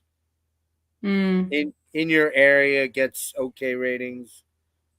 Blood of the Earth is okay. Onward. Space Hawks does okay. That's a good one. Acoustic Days, that's acoustic album, I guess. The Future Never, the recent one. I don't know what it's called. What's it called? Future Never Waits. Okay. Let me look. Hold on. Yeah, so after 92's Electric Teepee, there's a lot of like, it's the business of something. I don't know what the. It's the business of the future to be dangerous. Okay. That doesn't do very well. Alien 4 doesn't get very high marks. Future Reconstructions doesn't get high marks. Distant Horizons gets really bad marks. So does Dawn of Hawkwind. Well, I don't care what those people say. Well, okay. No, I'm just trying to decide how far I want to go with this. Do I want to go up through Electric Teepee is what I'm thinking. Okay, that's fine. So that's I saw that tour. So that's 9 albums there. I saw that tour. I saw Space Bandits tour with Bridget Wishart. Yeah, I don't know any of these albums except a little bit of Electric Teepee. I've never listened to those other ones, so it'll be a completely new thing for me. But why don't we look at that as phase 2 of this? Okay. And we'll kind of we'll attack that one when and if we can. All right. And that'll be it'll be close to 20 out. Well, when it's all said and done, it'll be 21 20 albums exactly, 11 and 9. Oh, right. Yeah. So we can kind of look at that and get to the Electric Teepee and get done with that and see whether we want to engage any further. I mean, today is what, Friday? Yeah. Yeah. So I have 2 Morbid Angel albums I have to digest. Now I know them pretty well, but I gotta revisit them because it's been a while. I gotta do them for tomorrow night at 9:00. So no big deal there. I really ought to re-listen to some of Richard's solo material, just so I can kind of have a basis for, because I did not actually listen to the one that came out over pandemic, and I don't know if he's done anything else. I had the Variants as the last stuff I have from him, but he did do an album. He did put one album out that I know of over the pandemic. I think 22, I think it came out. So I kind of should spot check a lot of that stuff. And then, and I have to start tonight. I don't have a choice. I got to start after we are done and I eat and I kind of recondition and get a little bit less. I'm not drunk, but I have a buzz and I don't. So strangely, with my illness, buzzes don't really go well, but sometimes they're okay. But tonight it's not sitting well with me. I'm struggling with a lot of cognitive stuff, but I've got 11 Jethro Tull albums to do before 10:00 on Sunday night, and I've got the Morbid Angel thing that only take about an hour, and I've got the Richard thing, which he kind of set up the parameters that an hour and a half would be the most he'd want to go. And I get that. And I may not even go that far. But so I got to kind of put some stuff together. A lot of that I can kind of riff and do off the cuff. But I do want to have some basic pointers together so that if I get a little lost, I can look over and check my notes. So I got to do that. And then somewhere along the line, I got to listen to all 11 of those albums and note them. Some of which, the last 2 I've never heard ever of the Jethro Tull. I'm not really worried about that because I hear they're not that great, so I'm probably not going to have a lot of great things to say. But there's other albums in there that I love, like Broadsword and Stormwatch. I love Stormwatch. Might be one of my top 3 Tull albums, so I got that to do. But anyway, anything else you wanted to show? Do you have any shirts from Hawkwind shows? Did you get shirts or anything? I do have shirts. I didn't bring them. Pull them out next time. That'll be cool to check out. Yeah. The one I'm thinking of is from the Spirit of the Age tour, which I believe was 1990, if I'm not mistaken. Oh my goodness. Where'd you see him at? God, we saw him at several different places throughout Chicago and Milwaukee. Were they playing clubs, Madison, or theaters? Both. Okay. Both, yeah. But not like sports arena type stuff. No, Oh no, no, no, Yeah. no, no. not up there. Barrymore Theater in Madison. So maybe like 1,000, 1,500 people max. Not even. Not even. Yeah. Not even. No. I don't know how much the Barrymore holds. Probably like 500 or something. Okay. And that was one of the bigger shows. You know, we've seen them at Shank Hall. Oh, Shank. And Yeah. God, I can't think of the other one. The Cubby Bear in Okay. Chicago. There was like a few shows in Chicago. Oh, Thirsty Whale. We saw him at Thirsty Whale. And I can't remember where else, but I've seen him like several times. We saw Nick Turner at Shank Hall. Good Yeah, stuff. I never got to see them, so I never either I wasn't aware they were playing, or if I found out there was something else going on, or I wasn't really a fan at the time, or wasn't that. But Mhm. I have to say this was a lot of fun because my main understanding of them primarily revolved around In Search of through Warriors. I had listened to Quark before, and I might have listened to Astounding before. I don't remember, and I definitely did listen to Electric Teepee. I remember that. In fact, I could have swore I owned that one, but I couldn't. I don't think I have it anymore. But Mhm. yeah, it's kind of weird that I had this small little understanding of Hawkwind. It was just this minor little window into them, and yet I've always wanted to. I'll tell you the truth with Hawkwind. The thing about them that's always kind of put me off is they have 40 albums, and it's like when Where I do you look at them, start? huh?